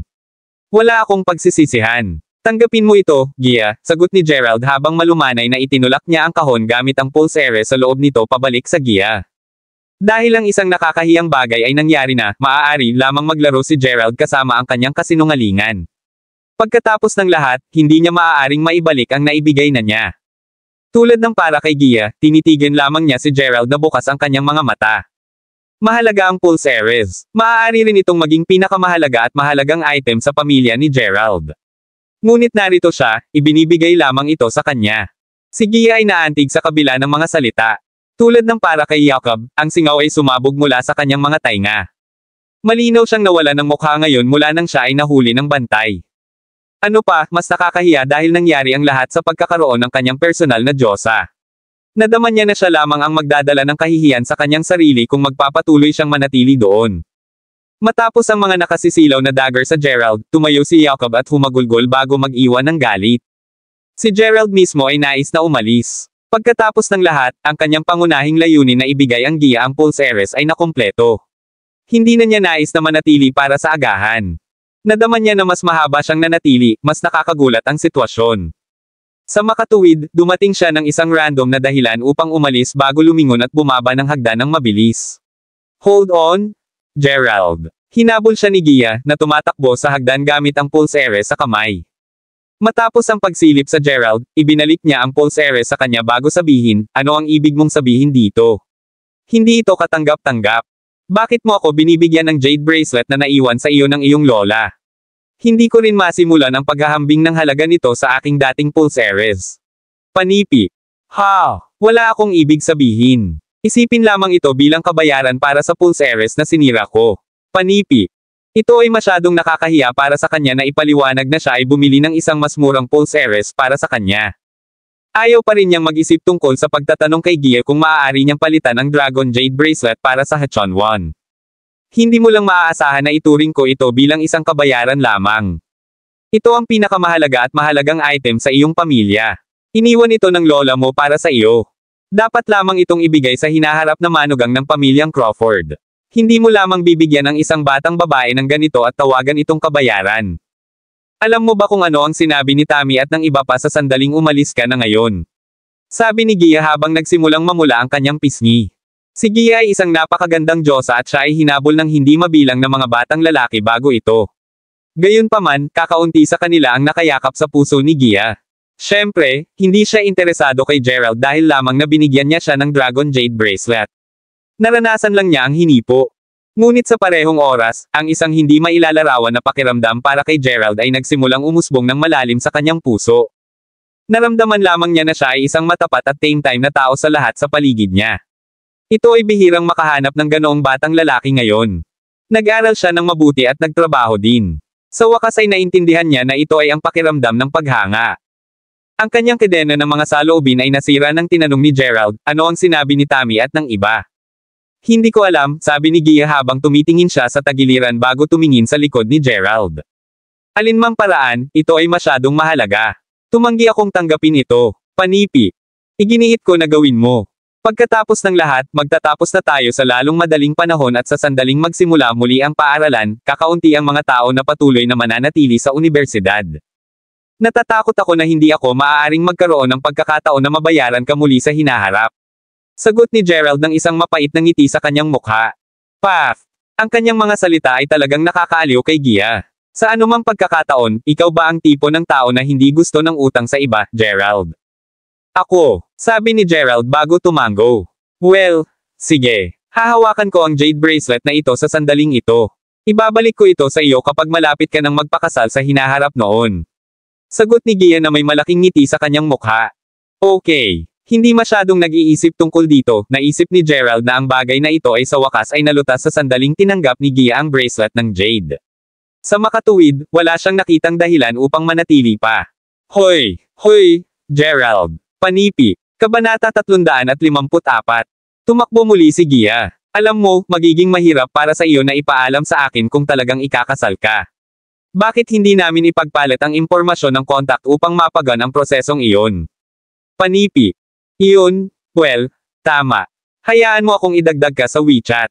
Tiyak na ipapaalam ko sa iyo kung kailan nangyari ito. Panipi. Hindi alam ni Gerald kung ano pa ang sasabihin. Hindi lang siya maaaring tumanggi at lumingon upang umalis. Hindi lang siya ang uri ng tao. Pagkatapos ng lahat, si Gia ay tiyak na mawawalan ng mukha kung umalis siya nang hindi tinatanggap ang kanyang alok. Kaya't sumama lang siya at idinagdag si Gia sa kanyang WeChat account. Siyempre, si Gerald ay hindi iyon narcissistic na maniwala na ang gayong magandang Diyosa ay magugustuhan niya. Kahit na pagkatapos na idagdag siya sa WeChat, naramdaman niya na hindi na sila makikipag-usap sa isa't isa. Sinubukan niya ang kanyang makakaya na huwag mag-isip ng labis tungkol dito. Kapag tapos na ang palitan, kinuha ni Gia ang pulse heiress kasama niya habang naglalakad muli sa itaas. Sa oras na ito, ang ilan sa mga batang babae ay nagdududa pa rin sa mga pag-angkin ni Gerald. Gia! Ayaw niyang ibalik ito. Tanong ng mga batang babae na may ngiti sa kanilang mga mukha habang nakita nila ang dahan-daang bumalik sa kanilang mesa. Hahaha, kita nyo, nahulaan ko ng tama. Gerald talaga ang pag-ibig sa iyo, Gia. Binigyan kanya ng pinakamahalaga at mahalagang bagay sa kanyang pamilya. Iyon lamang ang sapat upang ipaliwanag ang lahat. Sabi ni Tammy. May kumpiyansa. Tama iyon. Ang natitira sa iyo marahil ay hindi napansin kanina, ngunit tinitingnan ni Gerald si Gia na parang natatakot siya na tanggihan niya ang kanyang regalo. Panipi. Hoy, hey. Dapat mong malaman na ang ganitong uri ng jade bracelet ay karaniwang ibinibigay sa hinaharap na manugang ng pamilya. Hahaha. Ang batang iyon ay talagang matalino. Panipi. Ang mga batang babae ay patuloy na nakikipag-usap sa kanilang sarili sa glee. Sige mga batang babae, tumira. Hindi ni Gerald kung paano mo siya naiisip na maging katulad niya. Hindi siya isang tuso o taong skimang. Sa totoo lang umaasa ako na ang mga batang babae ay titigil sa pagpili sa kanya sa lahat ng oras sa hinaharap. Sabi ni Gia na may bahagyang sapilitang ngiti sa kanyang mukha. Oh, ang pagiging protection at pagtatanggol ni Gerald. Gia, huwag mong sabihin sa akin na ikaw ay, sabi ni Tammy habang kumilos siya ng sorpresa habang nakatingin kay Gia. Kung nag-spout ka pa ng kalokohan, bibili ako ng 3 tray ng buns mamaya upang mapupuno ang iyong napakarumi na bibig. Natawa lang ang mga batang babae at nagpatuloy sa pakikipag-chat. Si Gerald sa kabilang banda ay hindi na bumalik sa silid-aklatan. Pagdating niya doon, puno na ito. Nakakakita ng kahit saan napupuntahan, nagbuntong hininga siya bago bumalik sa kanyang dormitoryo upang mag-aral sa halip. Plano niyang lumabas para sa tanghalian kasama si Harper at ang natitira sa tanghali pa rin. Sa hindi inaasahan, nakatanggap siya ng isang mensahe ng WeChat mula kay Gia na hindi masyadong nagtagal. Sabihin mo, Gerald, aling cafeteria ang kakainin mo para sa tanghalian? Tanong niya. Marahil ay iniiwan ko ang desisyon sa aking mga kasama sa silid. Magsusulong kami ng magkasama. Bakit? Sagot ni Gerald, bahagyang nagulat sa mensahe. Oh, kumakain ka na sa kanila. Una kong pinaplano na anyayahan ka sa tanghalian. Pagkatapos ng lahat, tinulungan mo na ako ng 2 beses. Panipi. 2 beses. Kinuha ni Gerald ang likod ng kanyang ulo, nalilito. Oo. Dinala mo ako sa infirmary sa ibang araw, at ngayon, tinulungan mo akong mapupuksa ang nakakainis na yakab. Hahaha. Dapat ay napahiya siya ngayon. Sana iwanan niya ako ngayon at sa wakas ay magkaroon ako ng kapayapaan. Panipi. Well, hindi siya isang masamang tao. Sa palagay ko ay gusto kanya ng sobra. Panipi. Panipi tandang pananong. Ano ang ipinapahiwatig mo? Ibig bang sabihin ay kailangan kong maging babae? Binibigyan mo ba kami ng iyong mga pagpapala? Panipi. Hindi ko ito ibig sabihin sa ganoong paraan. Well, magiging walang silbi kahit na ginawa mo. Hindi ko nais na makasama ang isang tao na wala akong damdamin. Sa pamamagitan ng paraan, ako ay nasa silid-aklatan mamaya sa tanghali upang mag-aral. Magre-reserba ako ng upuan para sa iyo. Bakit hindi ka lumapit at mag-aral ng magkasama mamaya? Maaari tayong maging mga kasama sa pag-aaral. Panipi. Tinitigan ni Gerald ang screen ng kanyang telepono. Hindi siya sigurado kung paano tumugon. Sa pinakadulo, natitiyak niya na hindi siya interesado sa kanya. Gayunpaman, hindi niya maiwasang makaramdam ng bahagyang awkward sa tuwing nasa paligid siya. Siya ay matapat na natatakot na siya ay magtatapos sa pagbagsak para sa kanya. Matapos isipin ito ng ilang oras, nadaman niya na mas mabuti kung tumigil siya sa paggawa ng mga ganitong bagay. Sa makatuwid nagpasya siyang huwag tumugon sa lahat. Pagkatapos ay bumaba siya upang kumain kasama si Harper at ang iba pa. Gayunpaman, hindi siya pumunta sa silid-aklatan kapag natapos na ang kanyang tanghalian. Nanatili lamang siya sa kanyang dormitoryo upang mag-aral. Mabilis na lumipas ang hapon.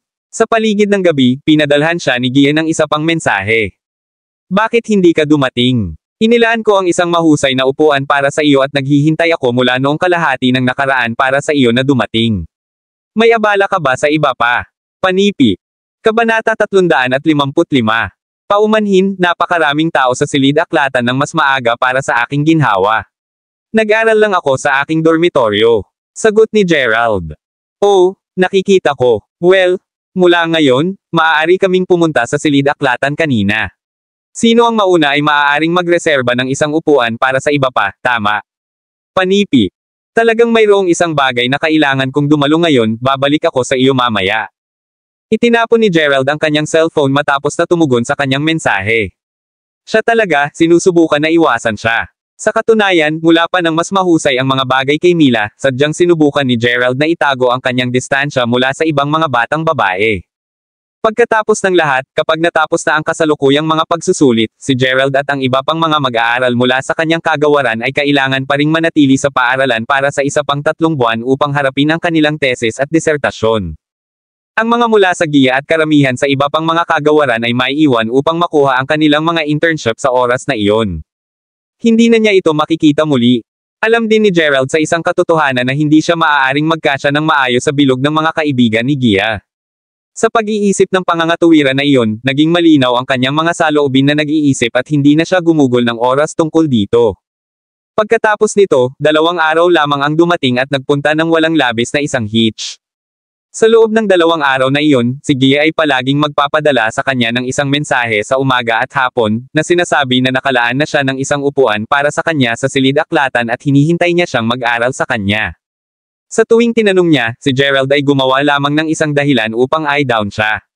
Bukod doon, inanyayahan din niya siya sa pagkain upang maipahayag ang kanyang pasasalamat. Dahil alam niya na hindi siya komportable kung si Tammy at ang iba pang mga batang babae ay nasa paligid, mayroong kahit na isang oras na tinanong niya kung nais niyang kumain kasama silang 2 lamang. Gayunpaman, pinahihit lamang ni Gerald ang mga paanyaya na iyon pati na rin sa higit pa sa kanyang mga dahilan. Pagkatapos nito, tumigil si Gia na tanungin siya. Sa susunod na 3 araw, hindi niya narinig mula sa kanya. Halos parang siya ay nawala. Hindi masyadong iniisip ni Gerald ang tungkol dito. Nakatuon lang siya sa pag-aaral at paggawa ng kanyang sariling rebisyon araw-araw. Gugugol din niya ang kanyang oras sa pakikipag-chat kay Mila tungkol sa kanyang kamakailang mga pag-unlad. Lahat ay bumalik sa normal. Late isang hapon, bumalik si Gerald sa paaralan pagkatapos makipagkita kay Zack. Huminto siya sa pamamagitan ng milk tea shop sa harap ng paaralan habang pinaplano niyang makuha si Harper at ang iba pang mga batang lalaki. Gerald. Sa labas ng asol, isang babaeng tinig ang tumawag sa kanya. Nang lumingon siya, nakita niya na ito ay Tammy. Parang naghihintay din siya sa linya upang bumili din ng gatas. Kahit na medyo nagulat siya nang makita siya doon, mayroon din siyang isang napakamapait na ekspresyon sa kanyang mukha. Noong nakaraan, lagi siyang tatawa at panunokso sa tuwing nakikita siya. Gayunpaman, ang tanging hitsura na ibinibigay niya sa kanya ngayon, ay napuno ng puot. Hindi yun iniisip ni Gerald. Handa na ang kanyang tiyaan ng gatas sa sandaling iyon. Ngumiti siya kay Tammy bago sabihin, magbabayad din ako para sa inumin na ito ng magandang batang babae. Sige, sumagot ang nagbebenta ng isang ngiti sa kanyang mukha. Hindi na kailangan iyon. Sino ang nangangailangan sa iyo na magbayad para sa akin? Bakit ka nosy? Sigaw ni Tammy bilang tugon habang sinulyapan niya si Gerald. Ako, Tammy, ano ang ginawa ko? Tanong ni Gerald, nalilito. Kaya hindi mo alam kung ano ang nagawa mo, ha? Hindi mo ba napagtanto kung gaano karaming beses na tinanggihan mo na ang mga paanyaya ni Gie? Galit na si Tammy habang siya ay sumimangot. Gerald coughed. Alam niya na darating ito. Alam mo ba na si Gie ay madyay gising 20 minuto mas maaga araw-araw lamang upang makapunta siya sa silid-aklatan at magreserba ng isang upuan para sa iyo? Kapag tinanong namin siya kung bakit, sinabi niya sa amin na sasali ka sa amin sa silid-aklatan upang mag-aral ng magkasama sa hinaharap.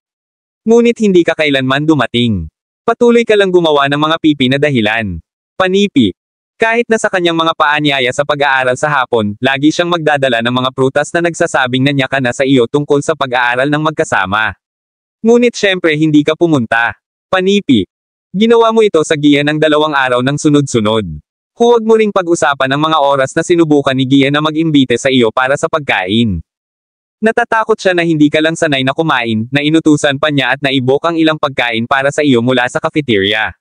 Gusto lang niyang kumain ka ng tanghalian at hindi niya pinayagan. Kami ay sumali sa kanya dahil natatakot siya na masaktan ka namin ng sobra. Kahit na noon, tumanggi ka pa ring tanggapin ang kanyang paanyaya. Panipi. Kabanata 356. Bakit ka nagtatago? Bakit hindi ka maging mas katulad ng isang tao? Masasabi ko na si Gia ay nasa iyo kahit na hindi namin alam kung bakit, ngunit talagang nasaktan mo siya. Sabi ni Tammy. Agad na nakaramdam si Gerald ng pagkakasala pagkatapos makinig sa kanya, dahil maraming beses siyang inanyayahan ni Gia, ngunit lagi niyang tinanggihan ang kanyang alok. Inisip ni Gerald na si Gia ay maganda lang, ngunit hindi niya alam na palagi siyang naging seryoso tungkol dito at bumili ng pagkain, naghihintay sa kanya sa kantin. Si Gerald ay nakaramdam ng pagkakasala sa kanya. Alam mo ba kung ano ang sinabi ni Gia tungkol sa iyo? Ano? Iniisip ni Gia na ikaw ay isang mabait at matapat na tao. Iniisip din niya na medyo maganda ka, at gusto niya talagang maging kaibigan ka. Gayunpaman, sino ang nakakaalam na ikaw ay isang biro lamang? Nagkaka-problema si Gia at narito ka na bumili ng mga inumin para sa mga magagandang batang babae. Wala ka ring pakialam tungkol sa Gia.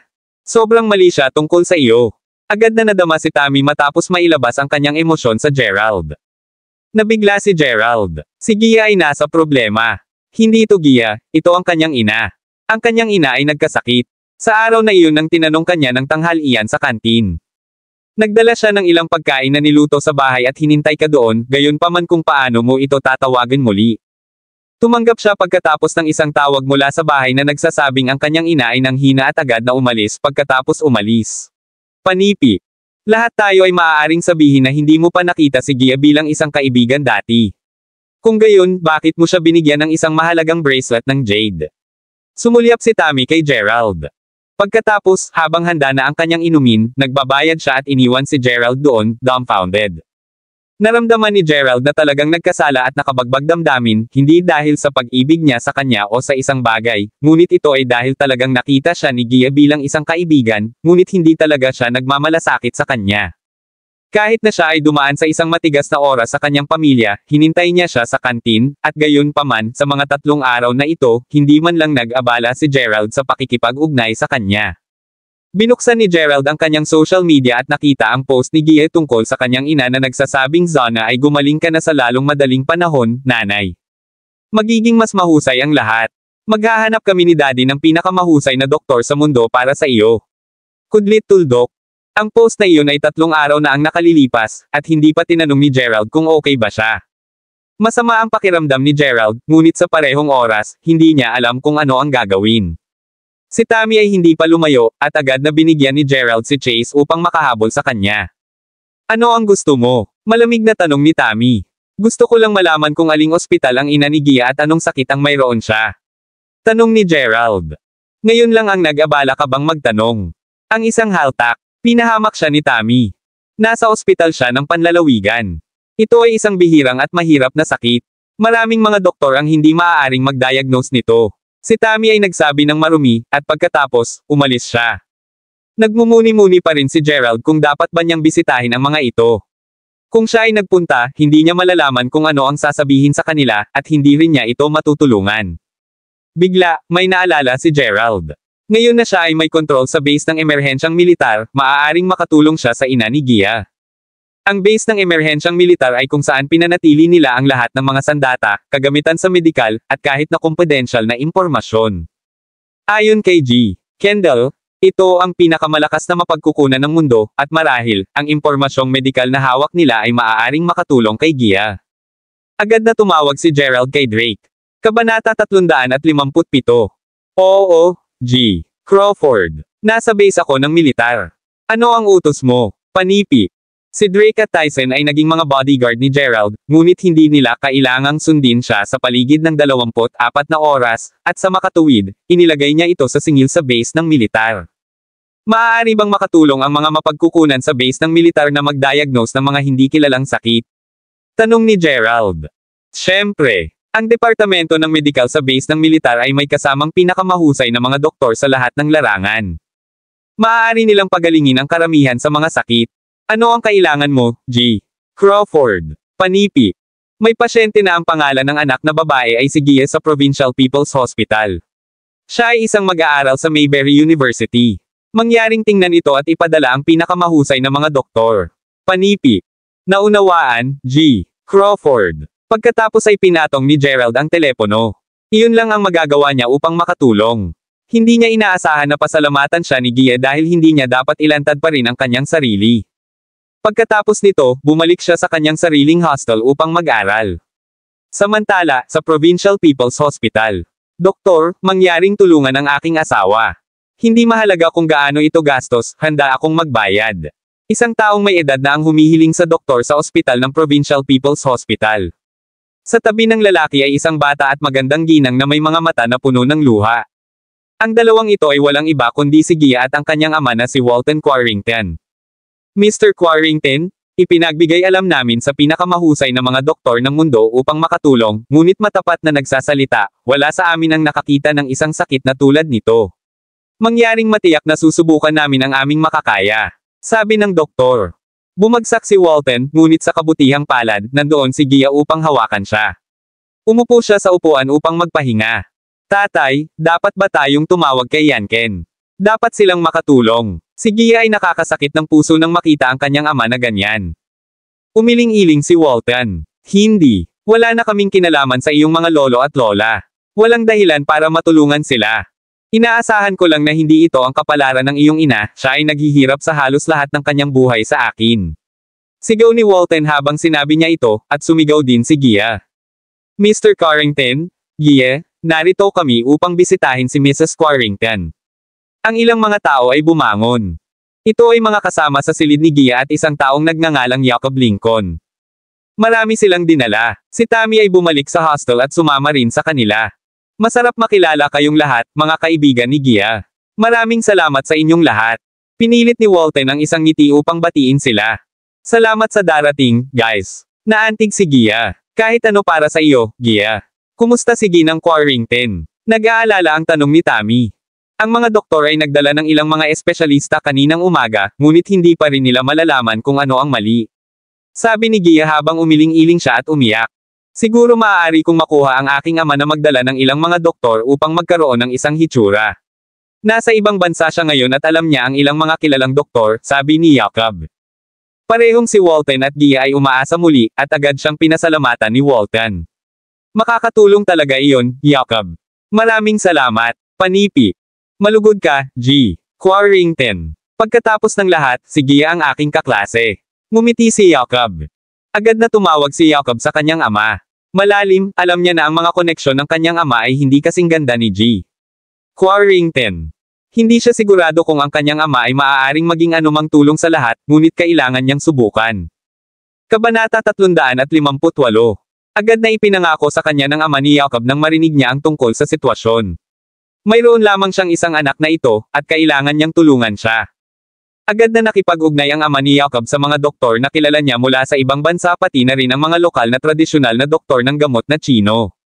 Pagkatapos ay bumalik si Jacob at sinabi, Mr. Quarrington, ang aking ama ay nakaayos na ng ilang mga doktor na bumagsak bukas. Panipi. Sumagot si Walton, maraming salamat, Jacob. Sakupin namin ang lahat ng mga bayarin, at ang mga Quarringtons ay may utang sa iyo ng isang malaking pabor. Panipi. Maraming salamat, Jacob. Sabi ni Gia. Tumanggo si Jacob at sinabing, malugod ka. Samantala, sa ibang bansa. Hoy! Ako, si G.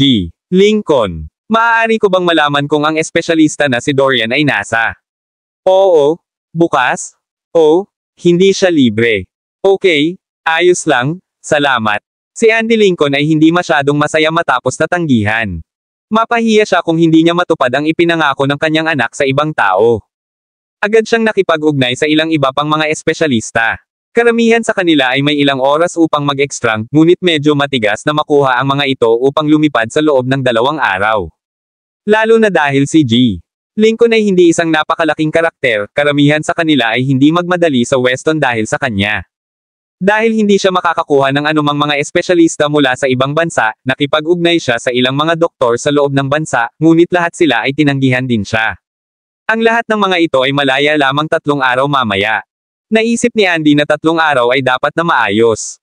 Gusto niyang makipag-ugnay sa kanyang anak, ngunit si Jacob ay nasa telepono.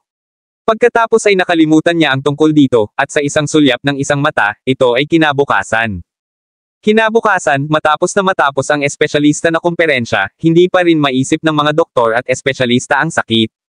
Nasakop na si Walton sa pawis. Bigla, 2 doktor ang sumugod sa excited. May mabuting balita, doktor. Ang isa sa mga doktor ay sumigaw ng excited. Sumimangot ang ulo ng doktor at sumulyap sa kanila, na nilagdaan na nandoon pa rin si G. Quarrington. Ito ay mabuting balita para kay G. Quarrington. Mayroong isang pangkat ng mga espesyalista sa labas na naghihintay upang makita si Mrs. Quarrington.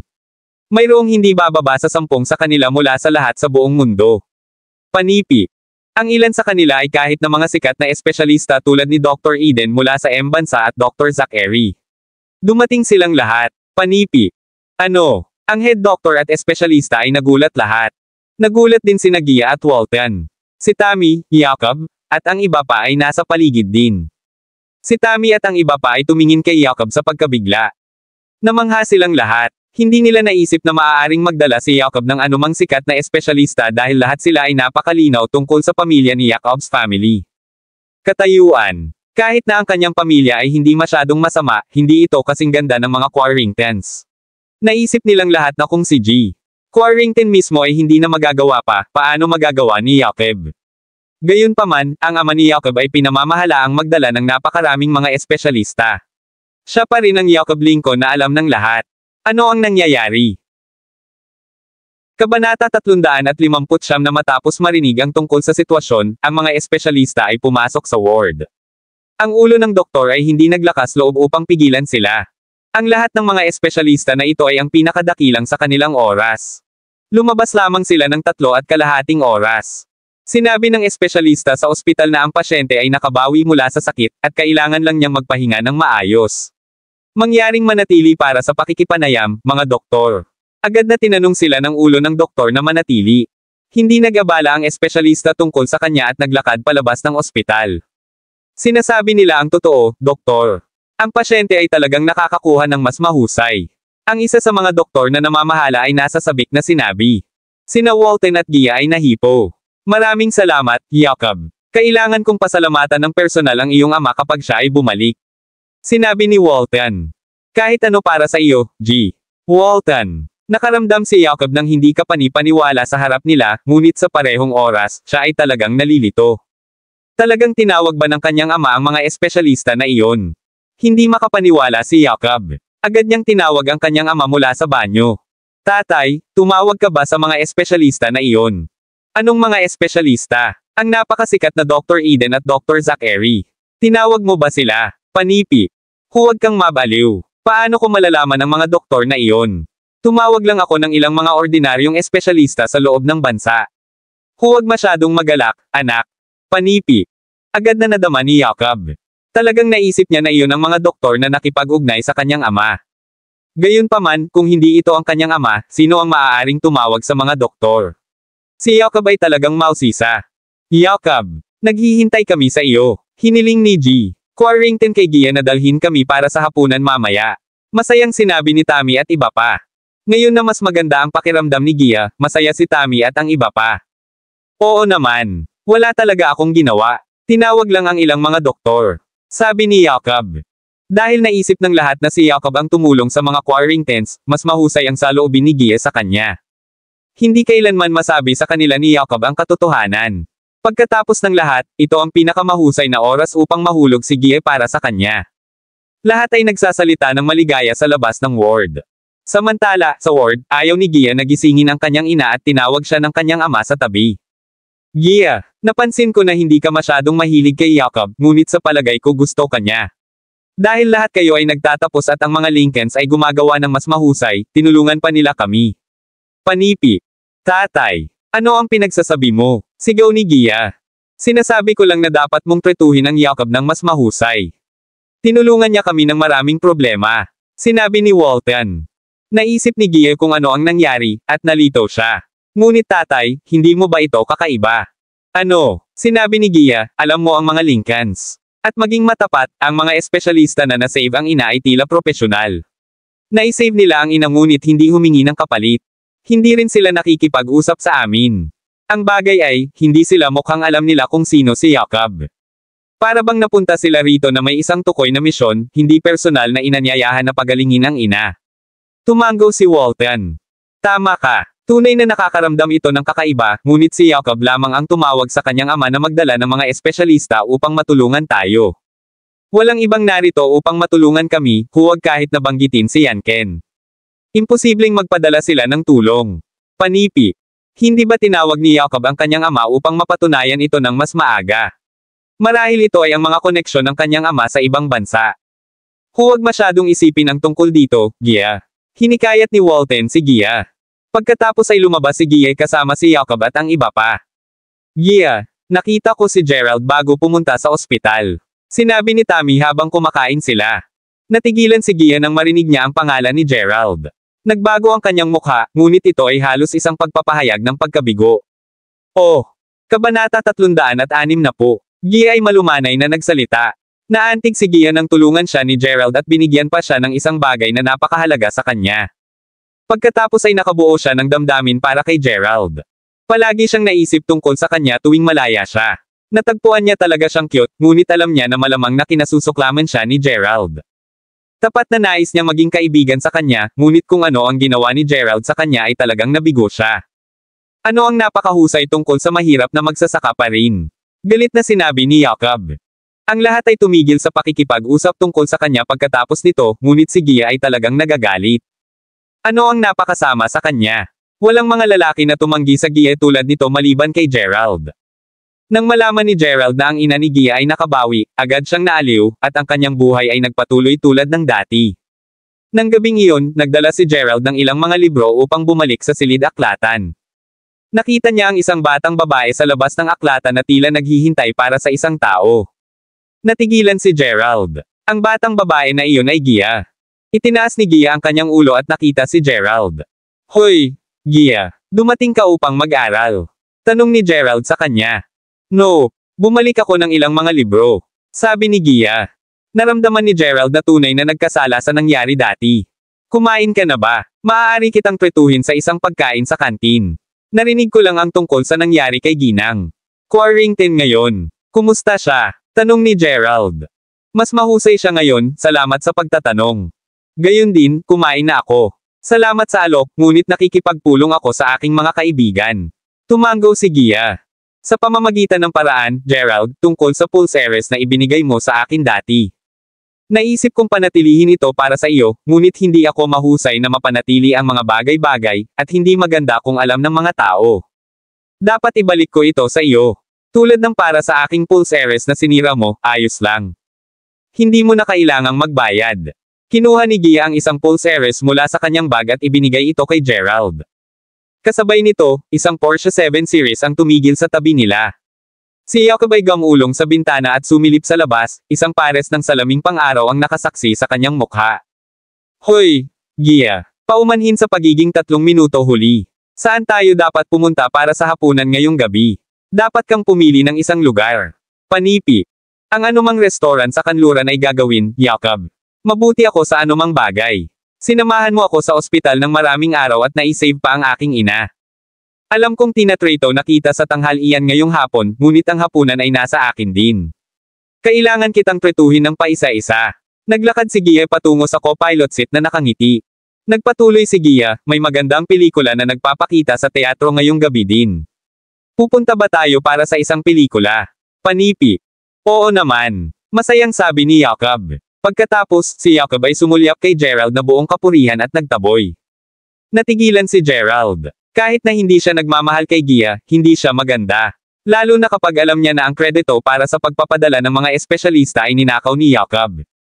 Nagpapasalamat si Gia kay Jacob at sa makatuwid, lumapit na sila. Dapat ba niyang sabihin ang totoo? Ngunit gayon paman, ano ang punto sa pagsasabi ng katotohanan? Kaya't si Gia ay magpapasalamat sa kanya at muling lumaki ang damdamin para sa kanya. Natapos ang insidente ng pulse heiress, at si Jacob ay may damdamin para kay Gia, habang si Gerald ay mayroon ng Mila. Ang lahat ay dapat manatili sa ganoong paraan. Samantala, umalis si Gia sa paaralan kasama si Jacob. Gia, aling restaurant ang nais mong puntahan? Alam ko ang isang lugar na malapit sa sinehan, ngunit ang pagpipilian ay nasa iyo pa rin. Natuwa si Jacob. Mas lalo pa siyang pinaputok nang mag-text siya ni Gia upang kunin siya. Tumigil ka lang sa harap. Tumingin si Gia sa likuran ng salamin at sinabi ng bigo. Dito. Walang restaurant dito, bagaman. Panipi. Ayokong pumunta sa isang restaurant. Itigil ang kotse. Gusto kong umuwi. Panipi. Maraming salamat mga kamaster sa walang sawang pagsusubaybay. Isang like, share, and subscribe naman dyan mga kamaster. Abangan ang susunod pang mga kabanata.